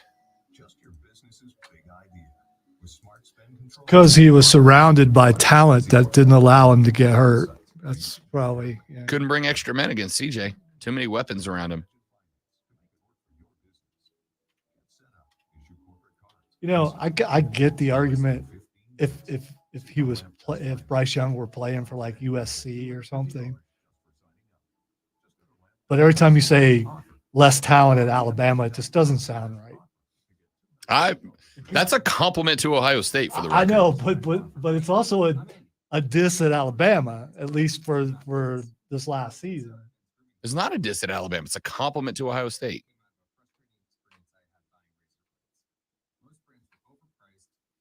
You can compliment without dissing someone else. If I say, Rob, that's a nice shirt, it doesn't automatically mean that the other person in the room has a less than nice shirt. That's what I said. But there are also situations where it's absolutely, if you, like in this case, when two people are neck and neck for something, if you compliment one, you're dissing the other.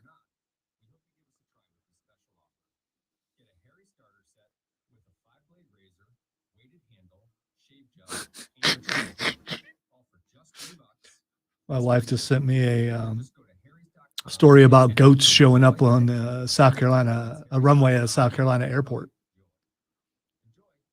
Georgetown.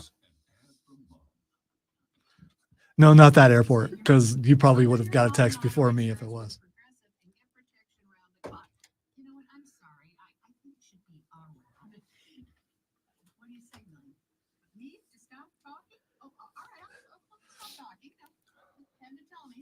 Get round-the-clock protection when you pedal and save with Progressive.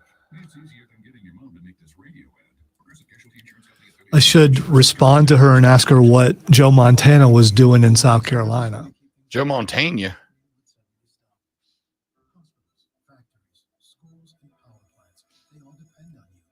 No matter the weather, emergency, or time of day, you're the ones who get it done. At Granger, we're here for you with professional grade industrial supplies. It really does, Jesse. It does come down to build in a lot of ways. I think if I'm picking between the two, if I could put my bias aside, which I can't, but if I could, if I were the owner of the Panthers, size would still have to come into play and durability. It would have to. Let me be abundantly clear. I am fine with that. Like, if that is the pick, I am fine with it for that reason. As long as it's not Richardson, you know. All right, so look, let me say this and put the Carolina quarterback discussion to bed until probably tomorrow. Let's be real. It comes down to this. Bryce Young, consensus, I think, with a few exceptions. Zoe may or may not be one of them. Bryce Young, when it comes to things that quarterbacks do, traditionally, is a slightly better quarterback than C.J. Stroud. C.J. Stroud has a better build for the National Football League. He is 4.5 inches taller and about 30 pounds heavier. He's a better build for what you're looking for in an NFL in terms of the ability to stay healthy, etc. Which do you prefer? That's what this pick comes down to. Do you trust your offensive line and Bryce's instincts to keep a smaller quarterback healthy when every defender chasing him down is an SEC Pro Bowler or SEC All-American? Or do you trust C.J. Stroud to make up the little bit of ground he gives to C.J. in terms of passing ability and reading a defense by his ability to extend plays while you are less concerned about injuries because he is a bigger, stronger dude? Let me ask you a quick question. All right, it does. In the end, this doesn't matter. But which pick will make the Panthers fans more upset? Which would make the Panthers fans more upset? I'm going to honestly say I don't know the answer. Come on, it's Bryce Young. It is. If the fans, and then if he comes in and he wins, that changes the whole thing. But initially, if they go for Bryce Young over C.J. Stroud, there's going to be a contingent of the fans that are going to be upset. There's I a don't think contingent of the fans that would be upset No, if no, no, Brady no, no. signed. I don't think that there's a vocal whatever out there going, it's got to be Bryce. It's got to be Bryce. Because I don't hear that. I would agree with you. I would absolutely agree with you. I hear the folks who want C.J. Stroud are dramatically louder than the folks who want Bryce Young. I don't see those voices or those tweets or whatever from people saying it should be Bryce Young other than the media. That's the only places I see it. Now, I will say this. One of the show prep routines for Rob Brown is to scroll around different Panthers communities, message boards, Dave and Rashad's pod, the Panthers subreddit, etc., just to kind of feel out the vibe. And granted, internet posters are the most outspoken and over the top of your fan base in every community. But I scroll around and I look at different Panthers communities. And when the posts started coming in about the fact that Bryce Young had not only replaced C.J. Stroud as the odds-on favorite to be picked, but at like a 300-point swing, the majority of the fans that I saw on internet posts, on internet message boards, kind of all had the reaction of, if he's the guy, let's ride. Let's ride, right? Not, yay, or they listen to me, or boo, what a dumb pick. It was just whoever they go with, I'm riding with. And that's kind of been it. Now, here's the interesting question. I was going to say, on our stream, it's kind of a consensus, and I don't know about the text line, but most people seem to be pro Stroud. I think people are scared of Bryce Young's size, and I understand that. Yeah, and they should be. It is the size of Bryce Young being successful is the exception, not the rule. There's a reason that Breeze and Wilson come to mind, because that's the list. in the modern National Football League. But if Bryce Young does indeed have the mental fortitude and capabilities of Breeze and Wilson, then he's going to be fine. Because you automatically look at the other short guy in the league right now who came in and all these things were said about him and Kyler Murray, and what has he done? Correct. I don't think anybody saw in Kyler Murray what we see in Bryce Young. But that's just my opinion, man. Hey, if Arizona does trade from the 3 and somebody jumps up to get a quarterback, looking at you, Tennessee Titans, what if the Panthers trade back to 3 to let them get Bryce and take AR? Back after this on the Rob Brown Show on the Fan Upstate.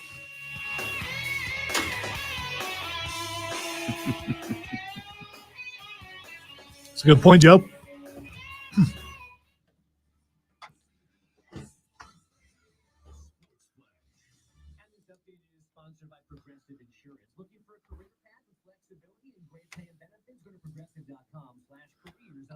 Suddenly the Panthers start bringing in shorter linemen. We're going to know what they're doing. Carolina has the shortest but widest offensive line in the game. I don't know. No shots don't go in. We don't defend. We foul. That's never the recipe for success with us. So come Friday, we got to play like legit, the exact opposite that we played tonight. On Friday, the Heat host the winner of tonight's Bulls-Raptors game, with that winner getting the 8th seed and facing the Bucks. It's Atlanta-Boston now in the 2-7 matchup in the East. That one starts Saturday, while Lakers-Grizzlies begins on Sunday in Memphis. The Tampa Bay Rays still unbeaten, 11-0 after down the Red Sox 7-2. They get 4 more homers, even 29, tying the 2,000 Cardinals for the most ever through your first 11 games. And the Boston Bruins at the NHL single-season points record last night, now 133 after a 5-2 victory over the Capitals. I'm Andrew Bogut. Hey, it's DA. Be sure to listen to CBS Sports Radio at home. Ask Alexa to play CBS Sports Radio.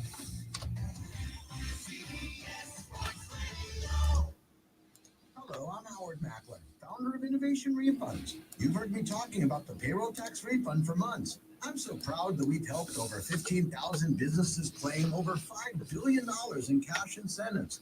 If you own a business, even if you've asked your CPA about this, you owe it to yourself to take another look. Every client is assigned a licensed and insured tax attorney who evaluates your company at my expense to accurately determine eligibility. Innovation Refunds has hundreds of 5-star reviews on Trustpilot and Google, and your business might be entitled to receive up to $26,000 per employee. Businesses of all types can qualify, including medical, professional, construction, even nonprofits. Please don't miss out on this. Even your doctor would tell you to get an expert second opinion, and we do a lot of work for doctors. Download the Innovation Refunds app now, or go to getrefunds.com to potentially get a payroll tax refund of $26,000 per employee. GetRefunds.com. GetRefunds.com. If you're hired, it can feel like you're trying to find a needle in a haystack. You can hope the right person comes along, or you can just use ZipRecruiter. And now you can try it for free at ZipRecruiter.com/radio. In fact, ZipRecruiter has helped a lot. Sway is giving him power that neither one of us possess, Stephen. We ain't got no sway. You do realize I get paid to be a Panthers analyst. That is the most objective one can be.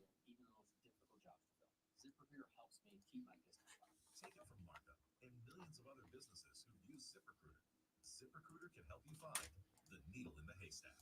See why 4 out of 5 employers who post a job on ZipRecruiter get a quality candidate within the first day. And right now, you can try ZipRecruiter for free. That's right, free at ZipRecruiter.com/radio. That's ZipRecruiter.com/RADIO. ZipRecruiter.com/radio. ZipRecruiter, the smartest way to hire. You're like, I want to say you're wrong, but I don't think you are. Threatens its integrity and value. It's actually threatening your peace of mind. At C&T Foundations, we realize that. Yeah, but he's 5'10" and a quarter. So, I mean, there you go. Offering real lifetime solutions and real peace of mind. Call 864-581-3341. C&T Foundations, your foundation experts. Celebrate Green Hills Music Scene every Thursday night at Piedmont Natural Gas Downtown Alive, presented by Clemson MBA. Join us for a free admission outdoor street party featuring live music in Noma Square. Piedmont Natural Gas Downtown Alive, Thursday evening, March 16th through August 31st. Visit GMOevents.com for more info. With your choice of select sandwich, nuts, fries, and a drink, Wendy's $5 biggie bag is your go-to. Your nugget. Then it's disrespect, and the Chiefs are going to have to win another Super Bowl to show you. The faux anger that people in the media, like someone present in this room, have over what the Chiefs' motivation was is Hey, if it works, it works. is the same exact thing that they're complaining about. If it works, it works. How dare you find motivation? Well, your motivation is stupid. Yeah, I know it helps you win the Super Bowl, but it's still stupid. Again, if it works, it works. It doesn't make it not funny or corny. A lot of stuff works that's super cheesy. All right. I am motivated every time I turn my mic on because I was told you should never do that. And there's still times that I probably should not turn it on. But, you know. Well, that's incorrect, but I get it. Disrespect is absolutely dry. It's kind of like Broncos country, let's ride. Hey, it worked for the team. It's still dumb. Did it work for the team, though? No, it didn't work for the I team. was going to say. They were excited at the beginning. It may have worked for the team, but not the quarterback. But, you know.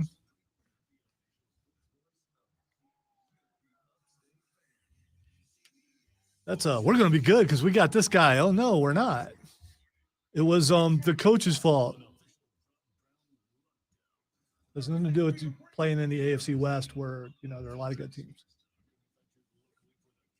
MJ motivation. Exactly, James. I've been using that all my life, even before we found out he did it.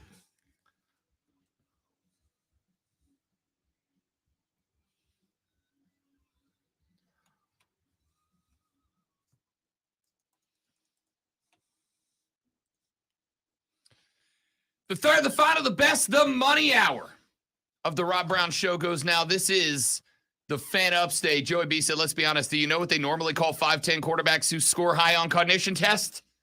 Coach. Listen, you're not wrong.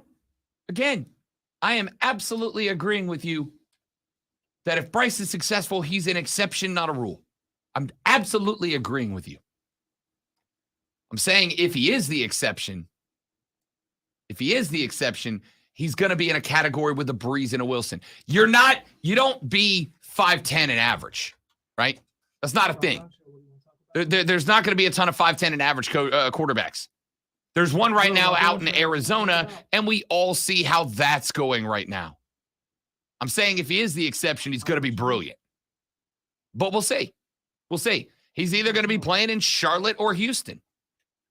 And 2 seasons from now, one of those teams is either going to have the quarterback that establishes them or a draft bust that they'll be riding with for a while.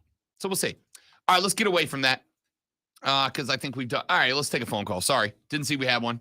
Who we got on the line because I have not gotten Chris Evans in here to fix my stuff. We have Rick. Rick, welcome to the show, big dog. Good to have you back, buddy. Rick. Glad to be back, Rob. There he is. What's up, big dog? Love your talk. Can you hear me? Yeah, we got you now, big fella. Okay, love your show. Love you and Alonzo. Y'all work good together. Looking forward to seeing you back. Are you going to be back with the Burns High School? As of today, that is the plan, but we got a lot of off season between here and there, big fella. Okay, please let them take C.J. Stroud. I'm with Alonzo. Bryce is not big enough.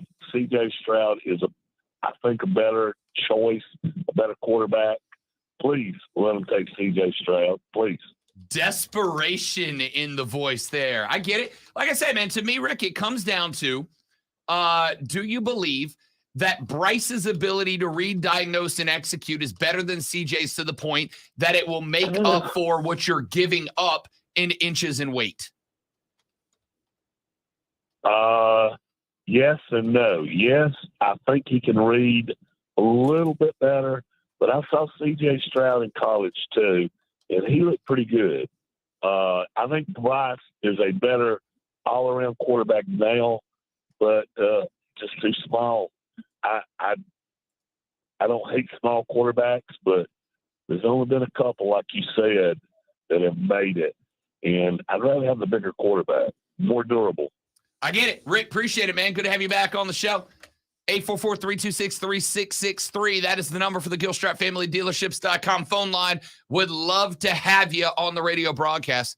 Like I said, you're basically asking the question, can Bryce re-diagnose and execute so much better than CJ that it makes up for the 4.5 inches and 30 pounds that you're giving up by drafting him? In the end, if the coach, Frank Reich, has as much say as it seems like he might, his job has to do with this choice.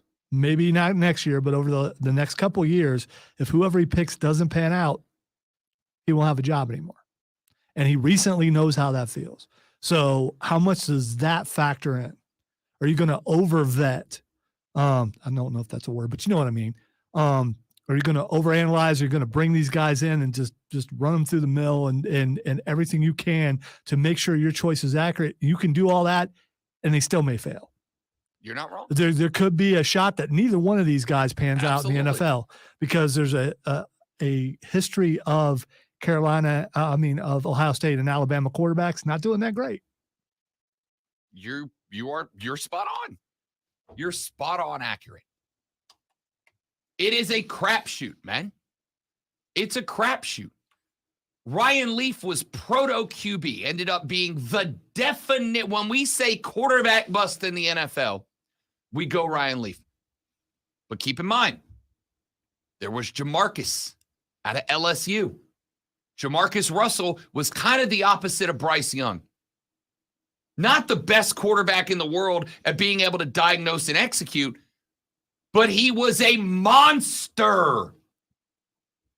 The guy could curl every weight in the gym. He was a beast. Remember the whole thing? He can throw a football 900 yards from his knees. He's such a beast. And then he got to the league, and what happened? Right? He's the anti-Bryce Young. There is no guaranteed formula. There's no guarantees in the NFL at all, but there is certainly no guaranteed formula at the quarterback position. That's why Frank Reich is here in part, right? Part of the reason, and this is why, to me, the lawsuit about discrimination and hiring practices amongst coaches at the NFL level is very interesting. Because on one hand, yes, I think there is a basis for it. It's going to be hard to prove, but I think the basis is there. But part of the reason Frank Reich got the job and not Steve Wilks is because before this was even a discussion who the next guy was going to be, Lonzo, you and I had more than our fair share of conversations about what do the Panthers need? What's the missing piece here? The defense is good. Pre-DJ Moore being traded, the skill set is good. The offensive line is good. What's the key piece that's missing? Is a quarterback. So how, when a QB was the key piece that's missing, how do you make sure that you give yourself the best chance to get that guy? You bring in a coach who's known for his work with quarterbacks. Steve Wilks is a defensive guy. Even if you brought in the most outstanding quarterback in this draft, he is still going to be coached by a guy who coaches defense. Does that give him the best chance at succeeding? On an established team, maybe, right? Now, there are exceptions to the rule. Joey B is coached by Zach Taylor. Zach Taylor's a defensive guy. But Joey B's next level. We don't know if Bryce or CJ are next level. Neither one of them feels like a guarantee. The last quarterback that I looked at and said, that guy is a lock to be a bona fide stud and a certified G, was Lamar Jackson. You know, you can't teach that, Rob. You can't teach that. You got that. CJ and Bryce don't strike me as guys that I go bona fide stud, certified G. They ain't there yet. Maybe one of them turns into one. We'll find out. But unless you have a Lamar or a Joey B, a bona fide stud, if you want the best chance to succeed, you bring in a guy who knows the offense and works well with QBs.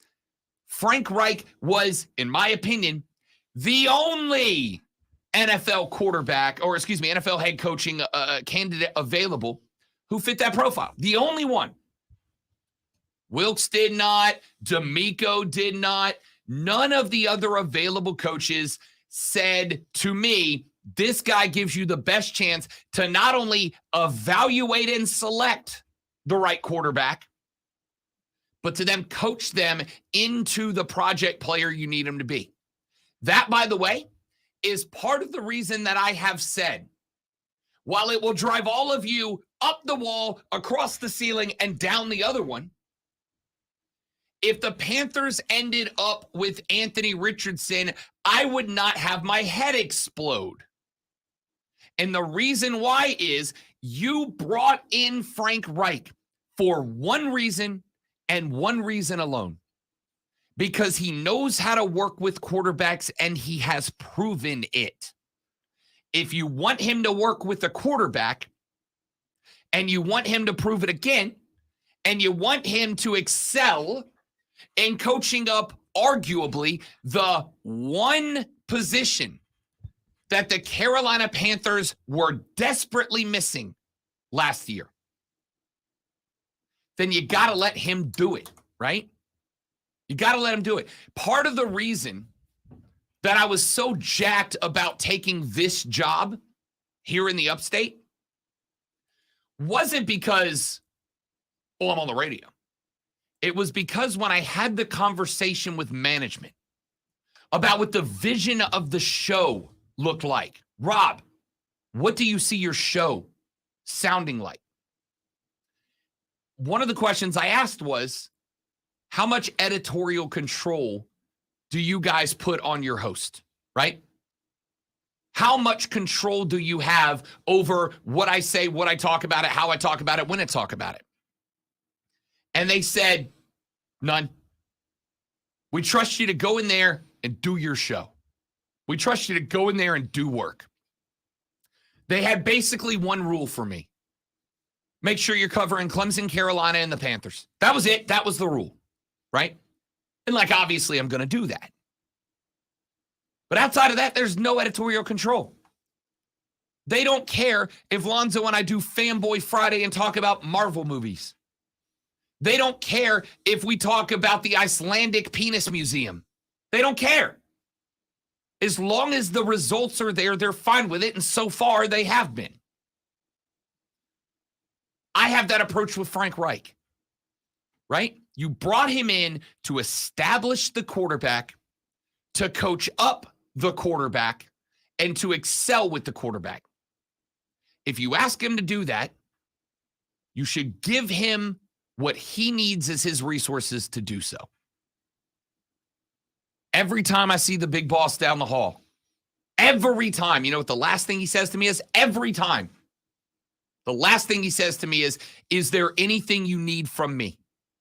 Is there anything I can be doing on this end to help you succeed? And I got to tell you, it is part of the reason that I love being here and give as much as I can and then a little more to the station.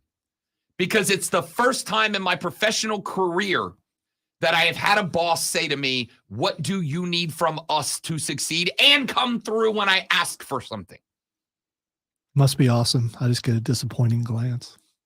Well, what you need to succeed, Lonzo, is me. Well, there is that. That's true. Whoa!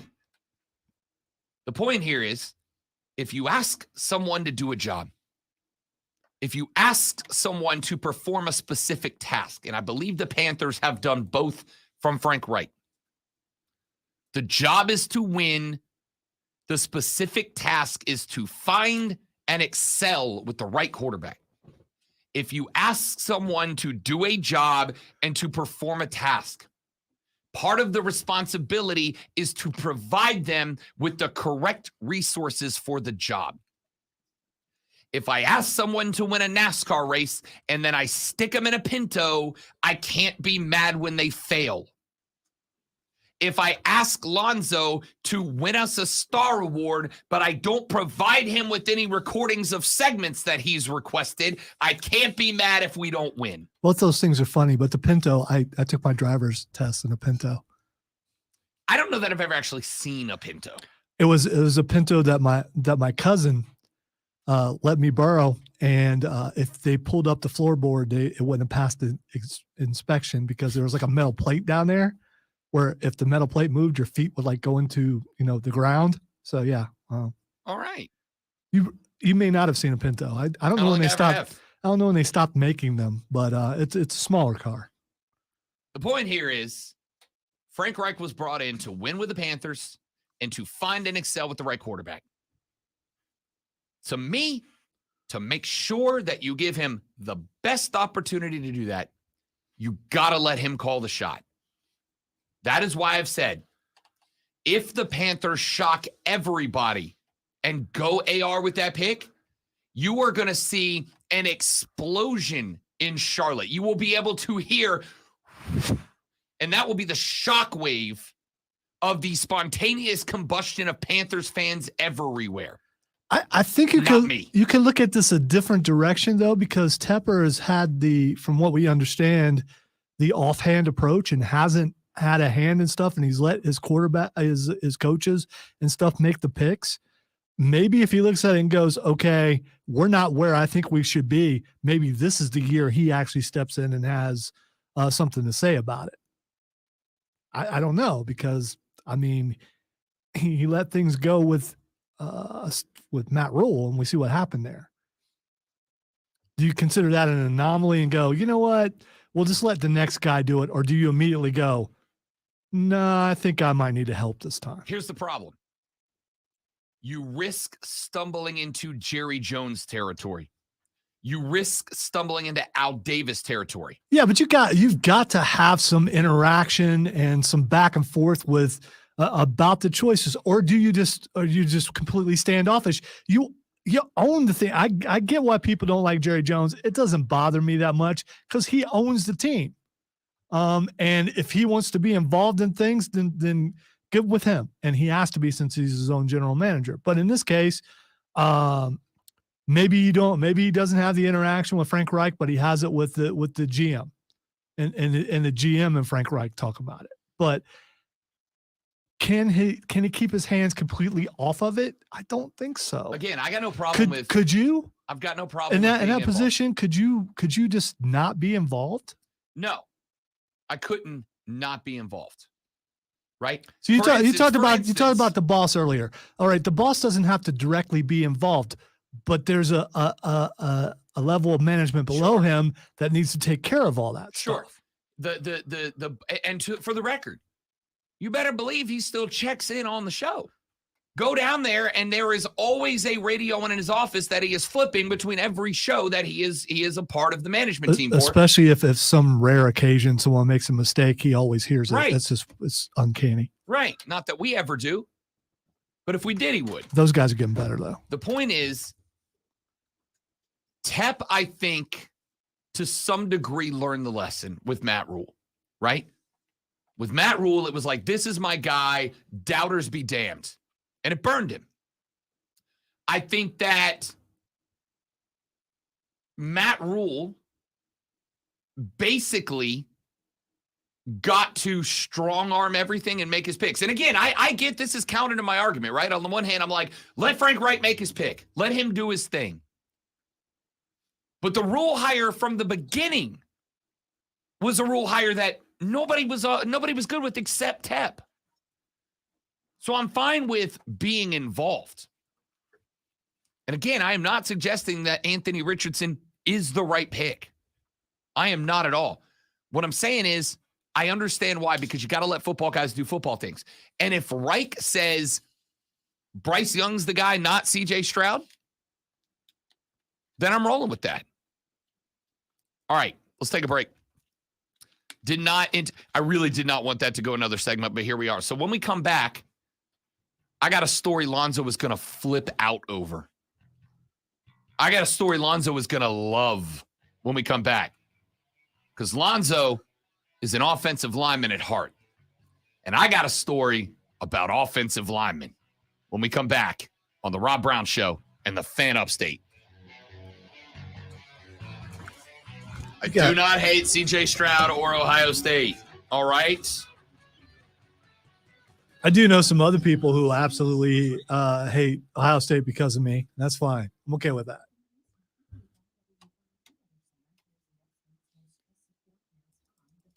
When you said offensive line, you went all gravelly like you're about to go Vince McMahon. I mean, The offensive line.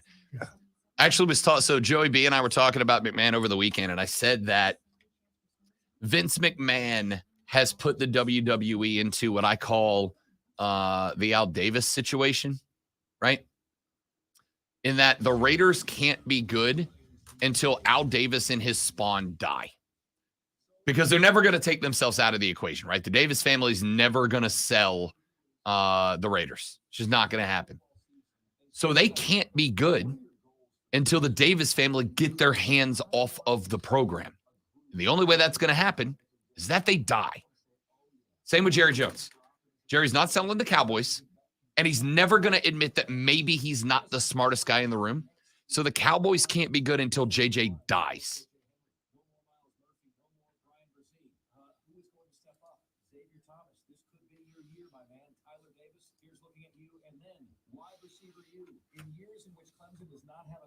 Receiver, they have disappointing seasons. In years in which they do, well, they've got trophies for those years. So Antonio Williams, Adam Randall, Bo Collins, Cole Turner, Jake Brittingstool. Here's looking at you. Look what Cameron just sent me. They have the Dungeons and Dragons chubby dragon pop.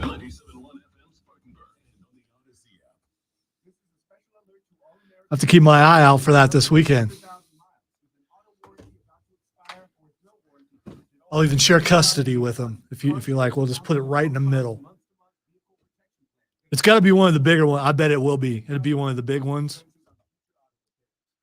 So it'll probably be about this big. Hopefully he's heavy. Hopefully he rolls.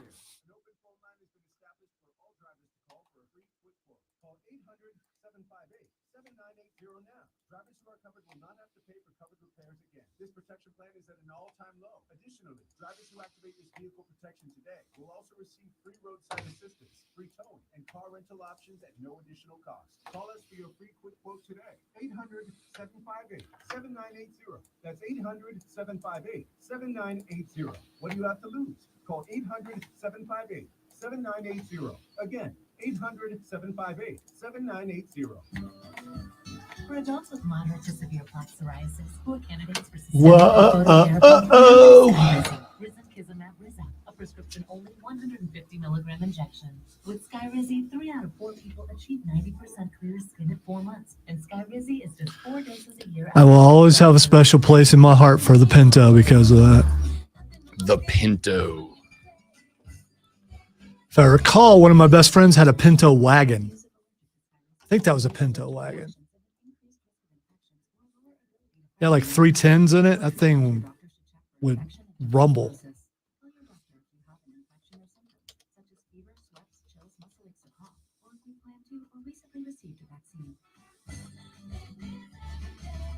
With Skyrizi, you can achieve 90% clear skin. Ask your doctor about the #1 dermatologist prescribed biologic and psoriasis, and visit skyrizi.com or call 1-866-SKYRIZI to learn more.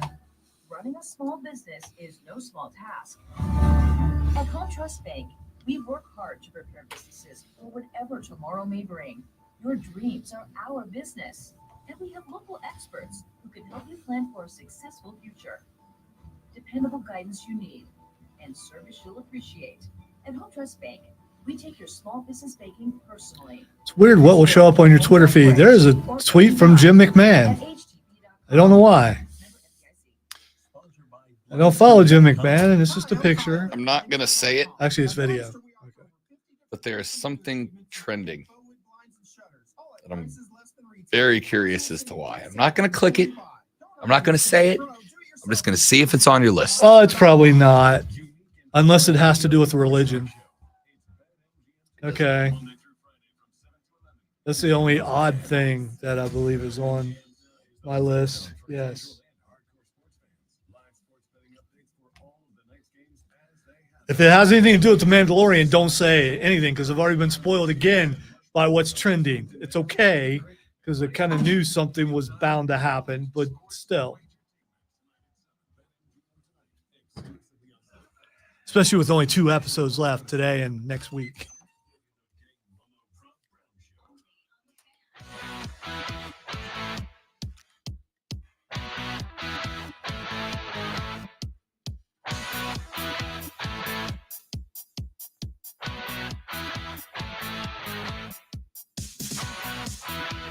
So, Lonzo and I are both what I would describe as sturdy. I think that's the word we decided to go with. We're sturdy fellas. Such a good word. It's a great word. It really is. Lonzo and I are what we both describe, and I think hilariously, but also very accurately, as sturdy. We're big fellas. All right, we just are. And as was evidenced by yesterday's Taco Tuesday celebration, Lonzo and I both are offensive linemen at heart and enjoy the food. Yeah, when everyone saw what I ordered, they're like, I know you guys all thought the same thing. Is he going to eat that whole thing? And which I did not, but still, it was a lot bigger than what I ordered. A plate of nachos that could have fed the whole damn table yesterday. I wanted you guys to see what it looked like. It was ridiculous. I knew I wasn't going to eat it all, but I wanted you guys to see what it looked like. Now, and it has the name Skywalker in it, which CB pointed out. That's why you ordered it. And originally, that is why I ordered it. You put Skywalker in it, chances are I'm probably going to order it. Myself, Captain America Chris Evans down the hall, we both ordered not only our own serving of queso, his with guac and salsa, mine with chorizo, but then we both also ordered 3 tacos on top of that. We like the foods, and it shows. However, Lonzo, I did this when I was younger.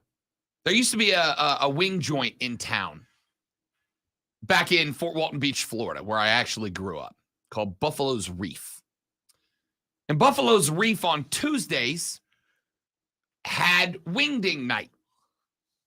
Wingding Night, now this was, for those of you kids who are going to be shocked by what I say next, Wingding Night was literally 20 plus years ago because I am old.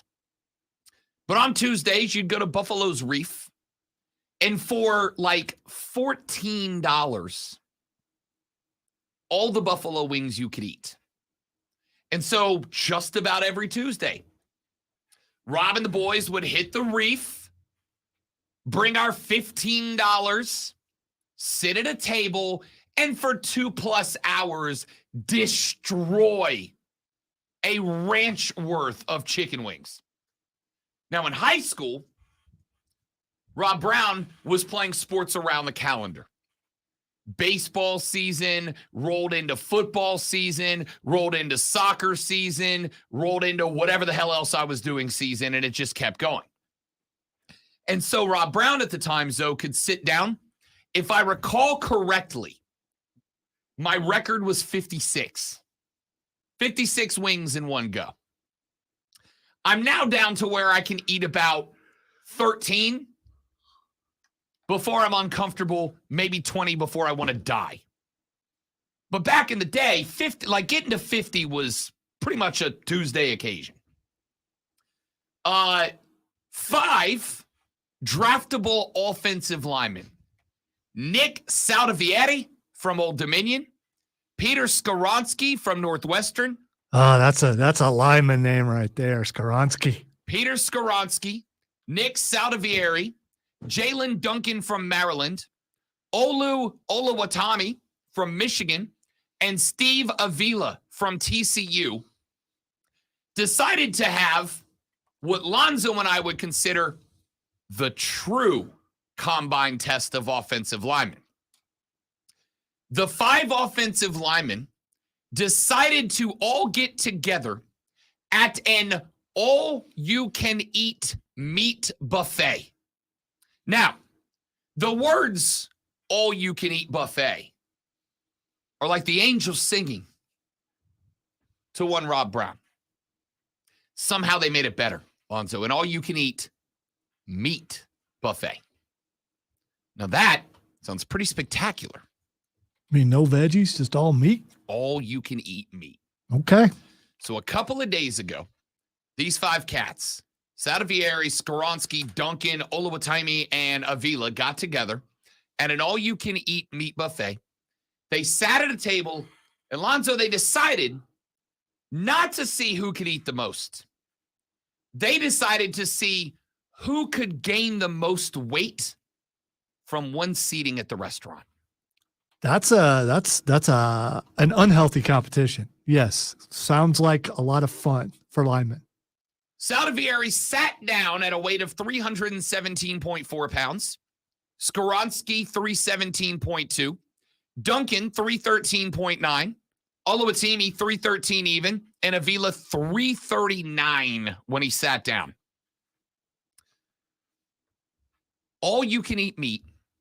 Steve Avila from TCU sat down at 339. The weight after, 339. Did not gain a pound from an all-you-can-eat meat buffet. Oluwatimi from Michigan sat down at 313, got up at 318, 5 pounds plus. Jalen Duncan sat down at 313.9. He got up at 319.9. He put on 6 pounds.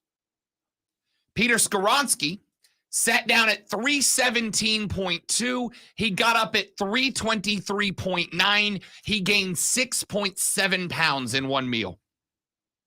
Your winner, the reigning, defending, undisputed fat guy gets fatter in one sitting champion, was Nick Saldivieri from Old Dominion University.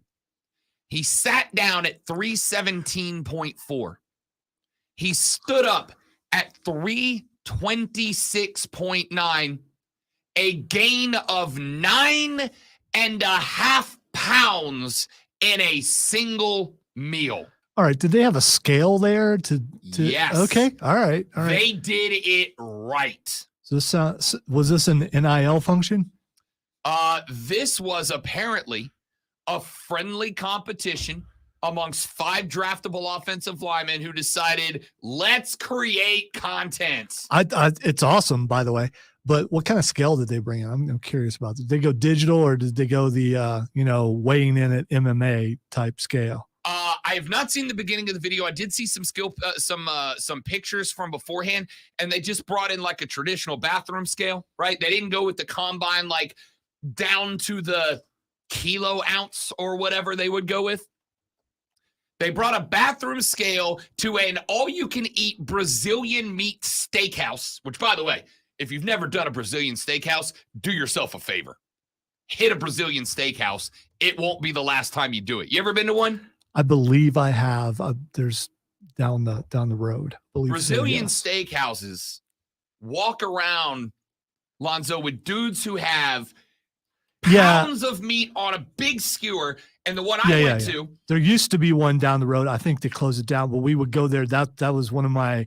That's where I used to take people when for Christmas karaoke. That's where we would go. It's a winner. Yeah. The one I went to back in Pensacola, they bring quite literally like a whole ass pig to the table on a skewer.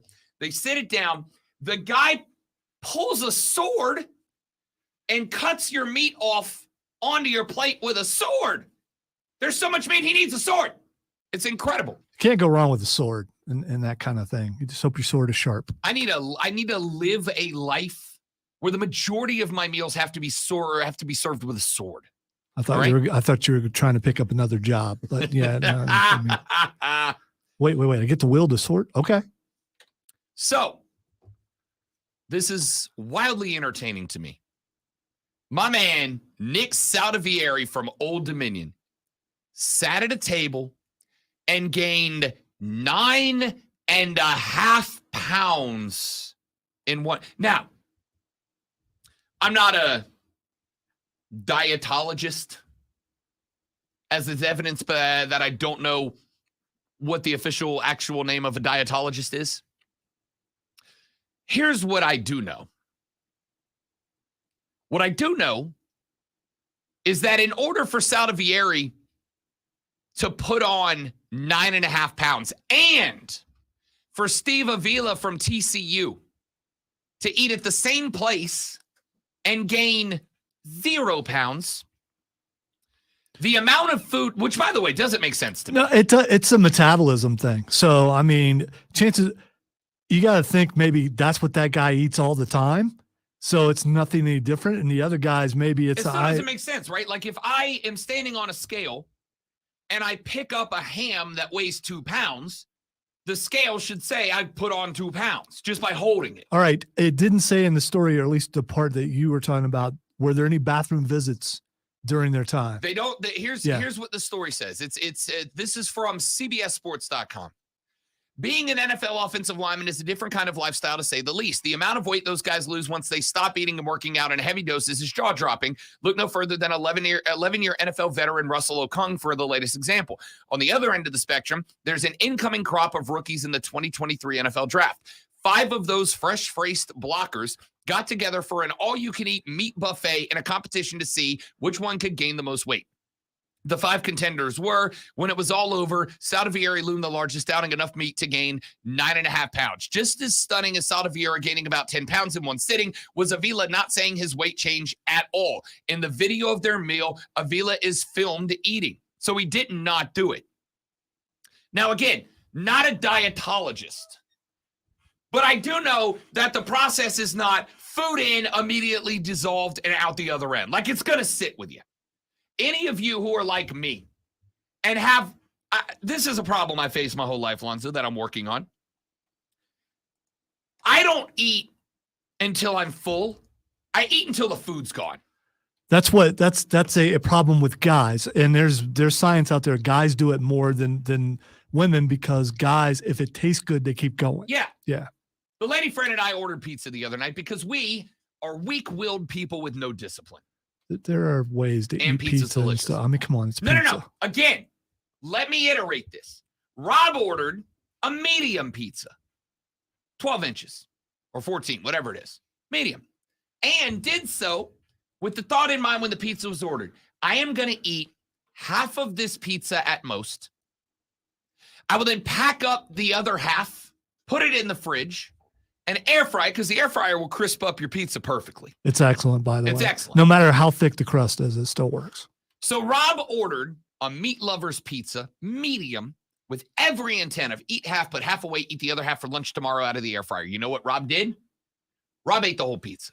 And about 3/4 of the way through the pizza, I was like, may have screwed up here. But at that point, there's only 2 slices left. And it's like, am I really going to pack away 2 slices of pizza? Which, by the way, is not enough for lunch tomorrow. I'm still going to be hungry. So I might as well go ahead and eat them now. And ate a whole ass meat lover's medium pizza. Were they slices and not the small cuts? Yeah, they were regular traditional You slices. need to go with smaller cuts. It's easier to stop. Yeah, I don't know. Right, maybe. I'm not disagreeing. I just don't know. I haven't done it. Because your mind tells you that you've eaten like 6 pieces, which are the equivalent of technically 2 pieces, and it's a psychological thing. Regardless of the process, I don't understand how this dude who had giant skewers of meat with a machete required to cut it off ate that in a cut. And by the way, let's cut down to the psychology here. My man did not go into this just thinking, let me be on this video to get some social media clout.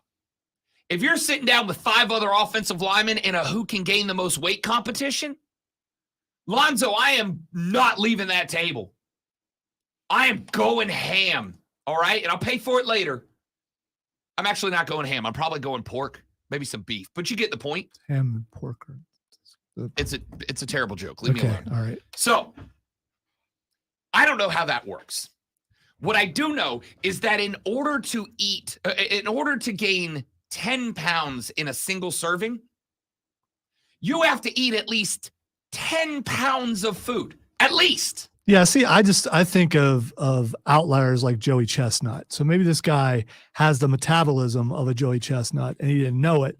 So he went to the competition thinking he had a shot at it and didn't realize he would burn through the food a lot quicker than other people. For the reference. Now, obviously, the density of the food comes into play, right? Some foods are more dense than others. 80 pounds of salad would fill this room.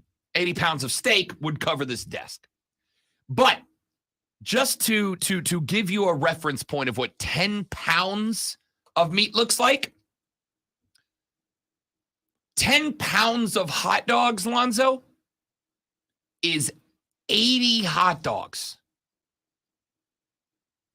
In order to gain 10 pounds of food, or 10 pounds of weight, he had to eat 10 pounds of food.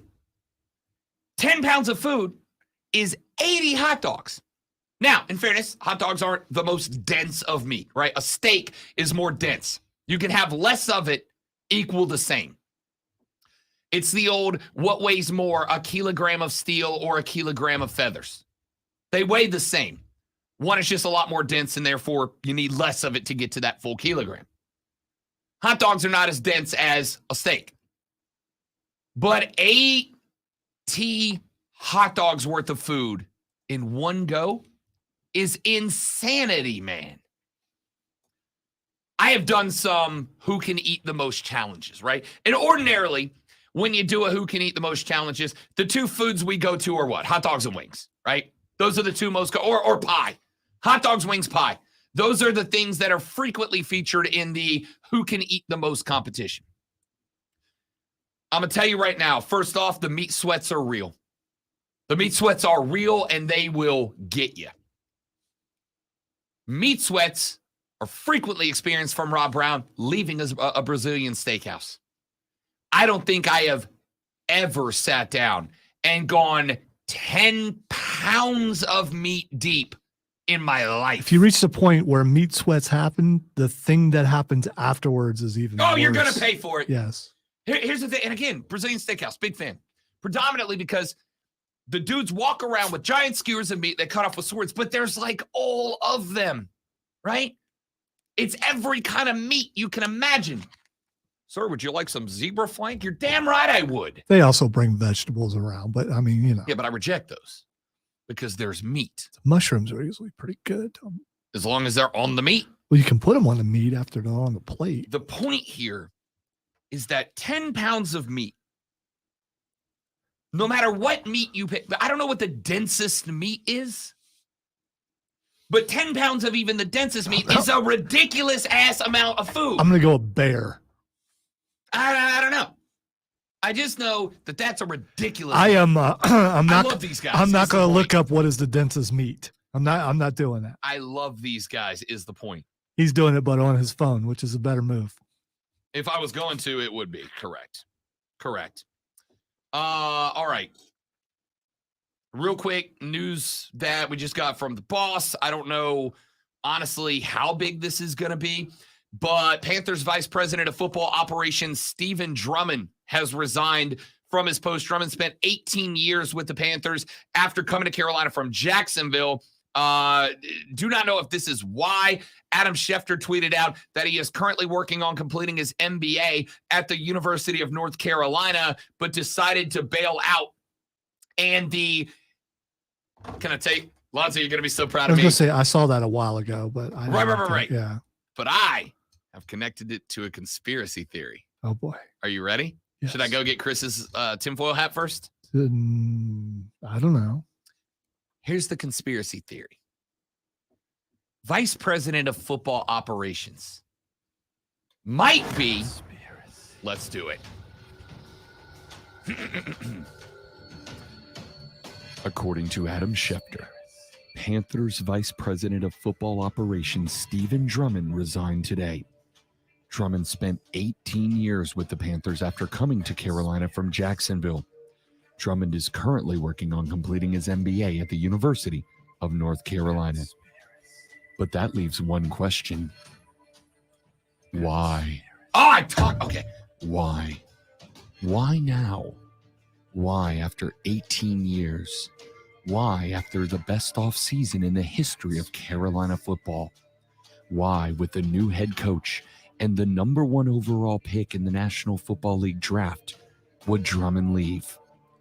Could it be because Frank Reich is about to make a move that no one sees coming?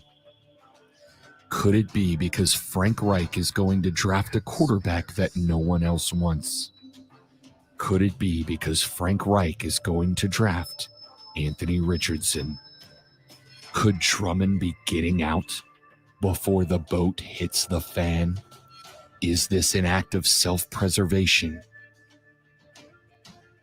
We'll find out in just 15 days. When the Carolina Panthers go on the clock at the 2023 National Football League Draft.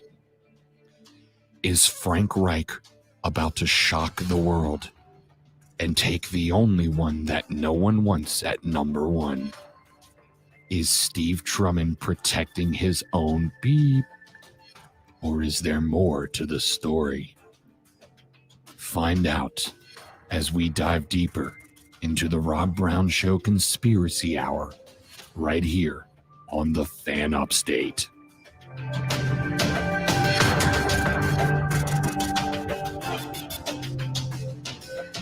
Oh, I'm so dumb and I love it. Any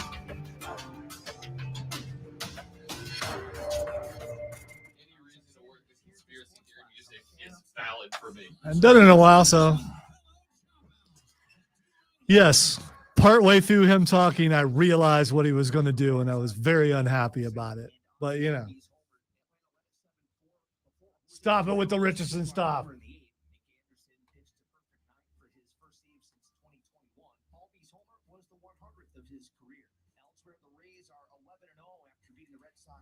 The Yankees beat the Guardians 11-2. The Orioles 12-8 over the A's. The Marlins beat the Phillies 8-4. The Angels shut out the Nationals 2-0. The Hurricanes beat the Red Wings 4-1 last night. One more game on the schedule tomorrow at Florida. The Kings lead the Metropolitan Division by 1 point over New Jersey. The Devils visit the Capitals tomorrow.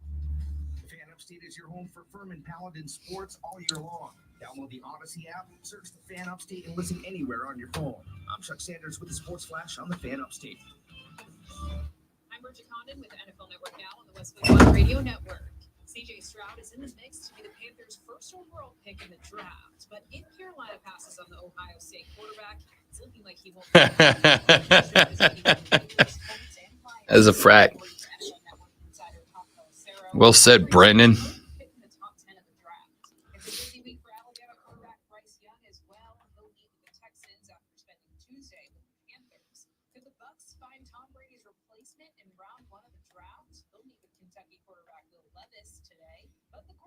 Tampa's defense wants out. Pro Bowl linebacker Devin White has requested a trade as he heads into the final year of his rookie deal. Tom Pelissero reports the Bucs have no plans to honor that trade request. One trade did go down, however. The Lions sent cornerback and former 3rd overall pick Jeff Okudah to the Falcons for a 5th-round pick. This has been NFL Network Now on the Westwood One Radio Network.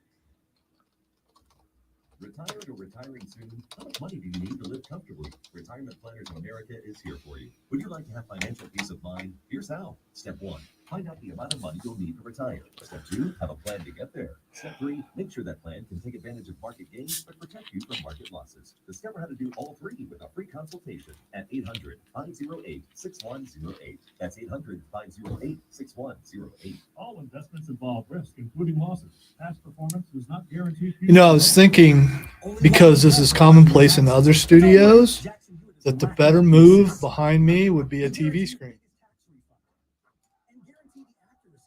Do what? TV screen would be better back here. I don't disagree with that, actually. Yeah. I don't disagree with that at all.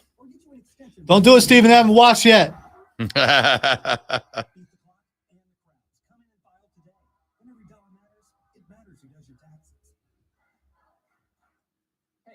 I'm in.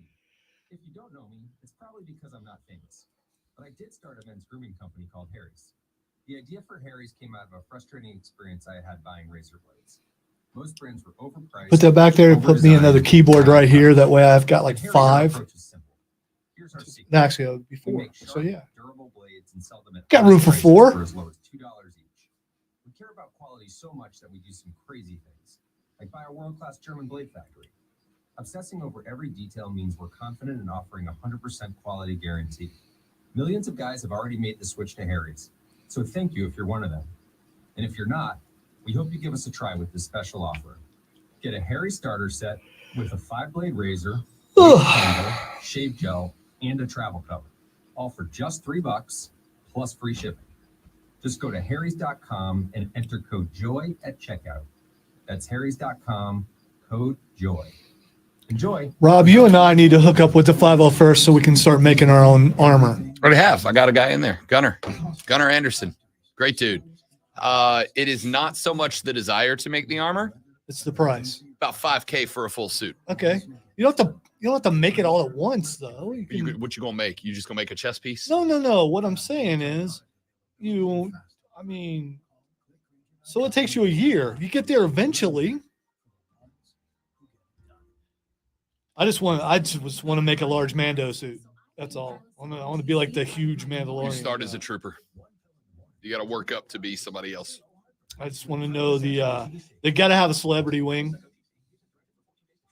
You know, I just want to dress as a stormtrooper and have somebody tell me that I'm a little short for a stormtrooper, aren't I? Make hiring easier. The workforce experts. Hiring is about finding the right person. So let the team at Express Employment Professionals recruit for you. Visit expresspros.com. From the Ingles Market Studio, Upstate, 97.7 FM Greenville, 97.1 FM Spartanburg. from the Free Odyssey,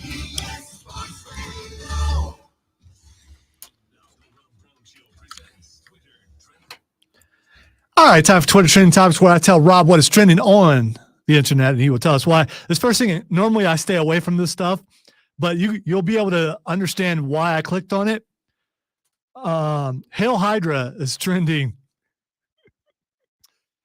Gonna assume that it's got something to do with the handful of Marvel drops that have come out over the past couple of days. No. Oh no. And I'm curious if you'll think this is funny or not, but someone did a deep fake of Hillary Clinton endorsing Ron DeSantis. And in it, they have her saying Hail Hydra. So immediately when we're done, I'm going in and watching it so I can see if I can find where she says Hail Hydra. I just because whatever side you're on. I mean, but does this set precedents? And then suddenly all these deep fakes are going to be coming out and then people are going to have to try to figure out, did they really say that or did they not say that? You know, part of the reason that we're not going to be able to come together on politics is because the division creates some pure moments of comedy out of both wings, right? Like the other day at the Trump indictment in New York City, which I don't care about your opinions of it, they put a camera because they separated the pro-Trumpers from the anti-Trumpers. And one of my favorite parts was there was a video of a guy who was like, this whole thing's a political play. This whole thing is a weaponization of the political system. And a guy from the other side went, your mom. Yes, exactly. That's the only correct reaction is you just like this guy is pleading passionately with his heart, his opinion of what's happening at a hugely important moment in American history. And some dude from literally the other side of the aisle went, your mom. All right, dude. Hilarious. If she looks at the camera and winks and says Hail Hydra, I'm going to die. Dude. That would be great. That really would. All right, the next thing that's trending is Eva Marie. That was the one I was talking about earlier. I didn't look up to why. So there is a rumor out there that Eva Marie may be making her return to WWE. Yeah, I saw that. So I thought there would be something more to it than there that. is. Okay. Effectively, it is people,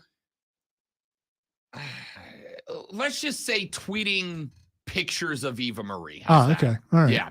And of course, when people what they've always done. Correct. I mean, because that's what she's known for, Correct. right? And so people started tweeting pictures about Eva Marie, which led to other people not knowing who Eva Marie is or why she's trending, then talking about it, yada, yada, yada. All right, the next thing is trending is Good David save. Letterman Yeah, I saw that. And I don't know why. birthday. I'm going to go ahead and tell you. I love David Letterman. I used to. I love Letterman. He lost me somewhere in the 90s. I think he just kind of went off. But when I was in college and around that age, between 18 22, I was a big Letterman fan, and it was just kind of like, meh, and moved on. I like Letterman. I thought during, Letterman, just like every other host of the 90s, had some moments that were a little questionable, but it's late night TV. It's got to be a little edgy, We're right? talking about lawsuits and things like that. Yeah. Lawsuits behind the scenes, inappropriate comments made towards women on it, et cetera, et cetera. But every late show host is going to have those types of things because you got to accept Craig Ferguson, who is the GOAT, all right? The straight up the GOAT. All of that being said, I thought Letterman always kind of tested the limits, and I appreciated that. His Netflix show, My Next Guest Is, worth a watch. Worth a watch. Ladies and gentlemen, that is it for us. Thank you guys so much for hanging out. We'll be back tomorrow. I'll be at the Drive game tonight. If you're going to be there, come find me. Say hi. Bits games tomorrow and Friday. Y'all have a great one. See you back here tomorrow on the Rob Brown Show on the Fan Upstate later. Brother.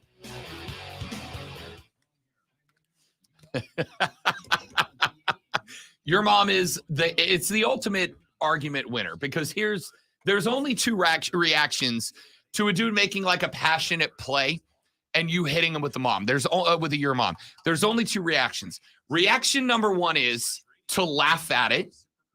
Reaction number two is, okay, this guy doesn't care, so I'm done talking. That's it. It is the argument ender. Either everybody's going to laugh or everybody's going to go, all right, this isn't a serious conversation anymore. I'm out. I'm done. That's it. I'm going home. Thank you guys for hanging out. You are the best. We will see you back here tomorrow. Again, if you're going to be at the Drive game tonight, come find me. Say hi. Have a lovely rest of your Wednesday. Goodbye.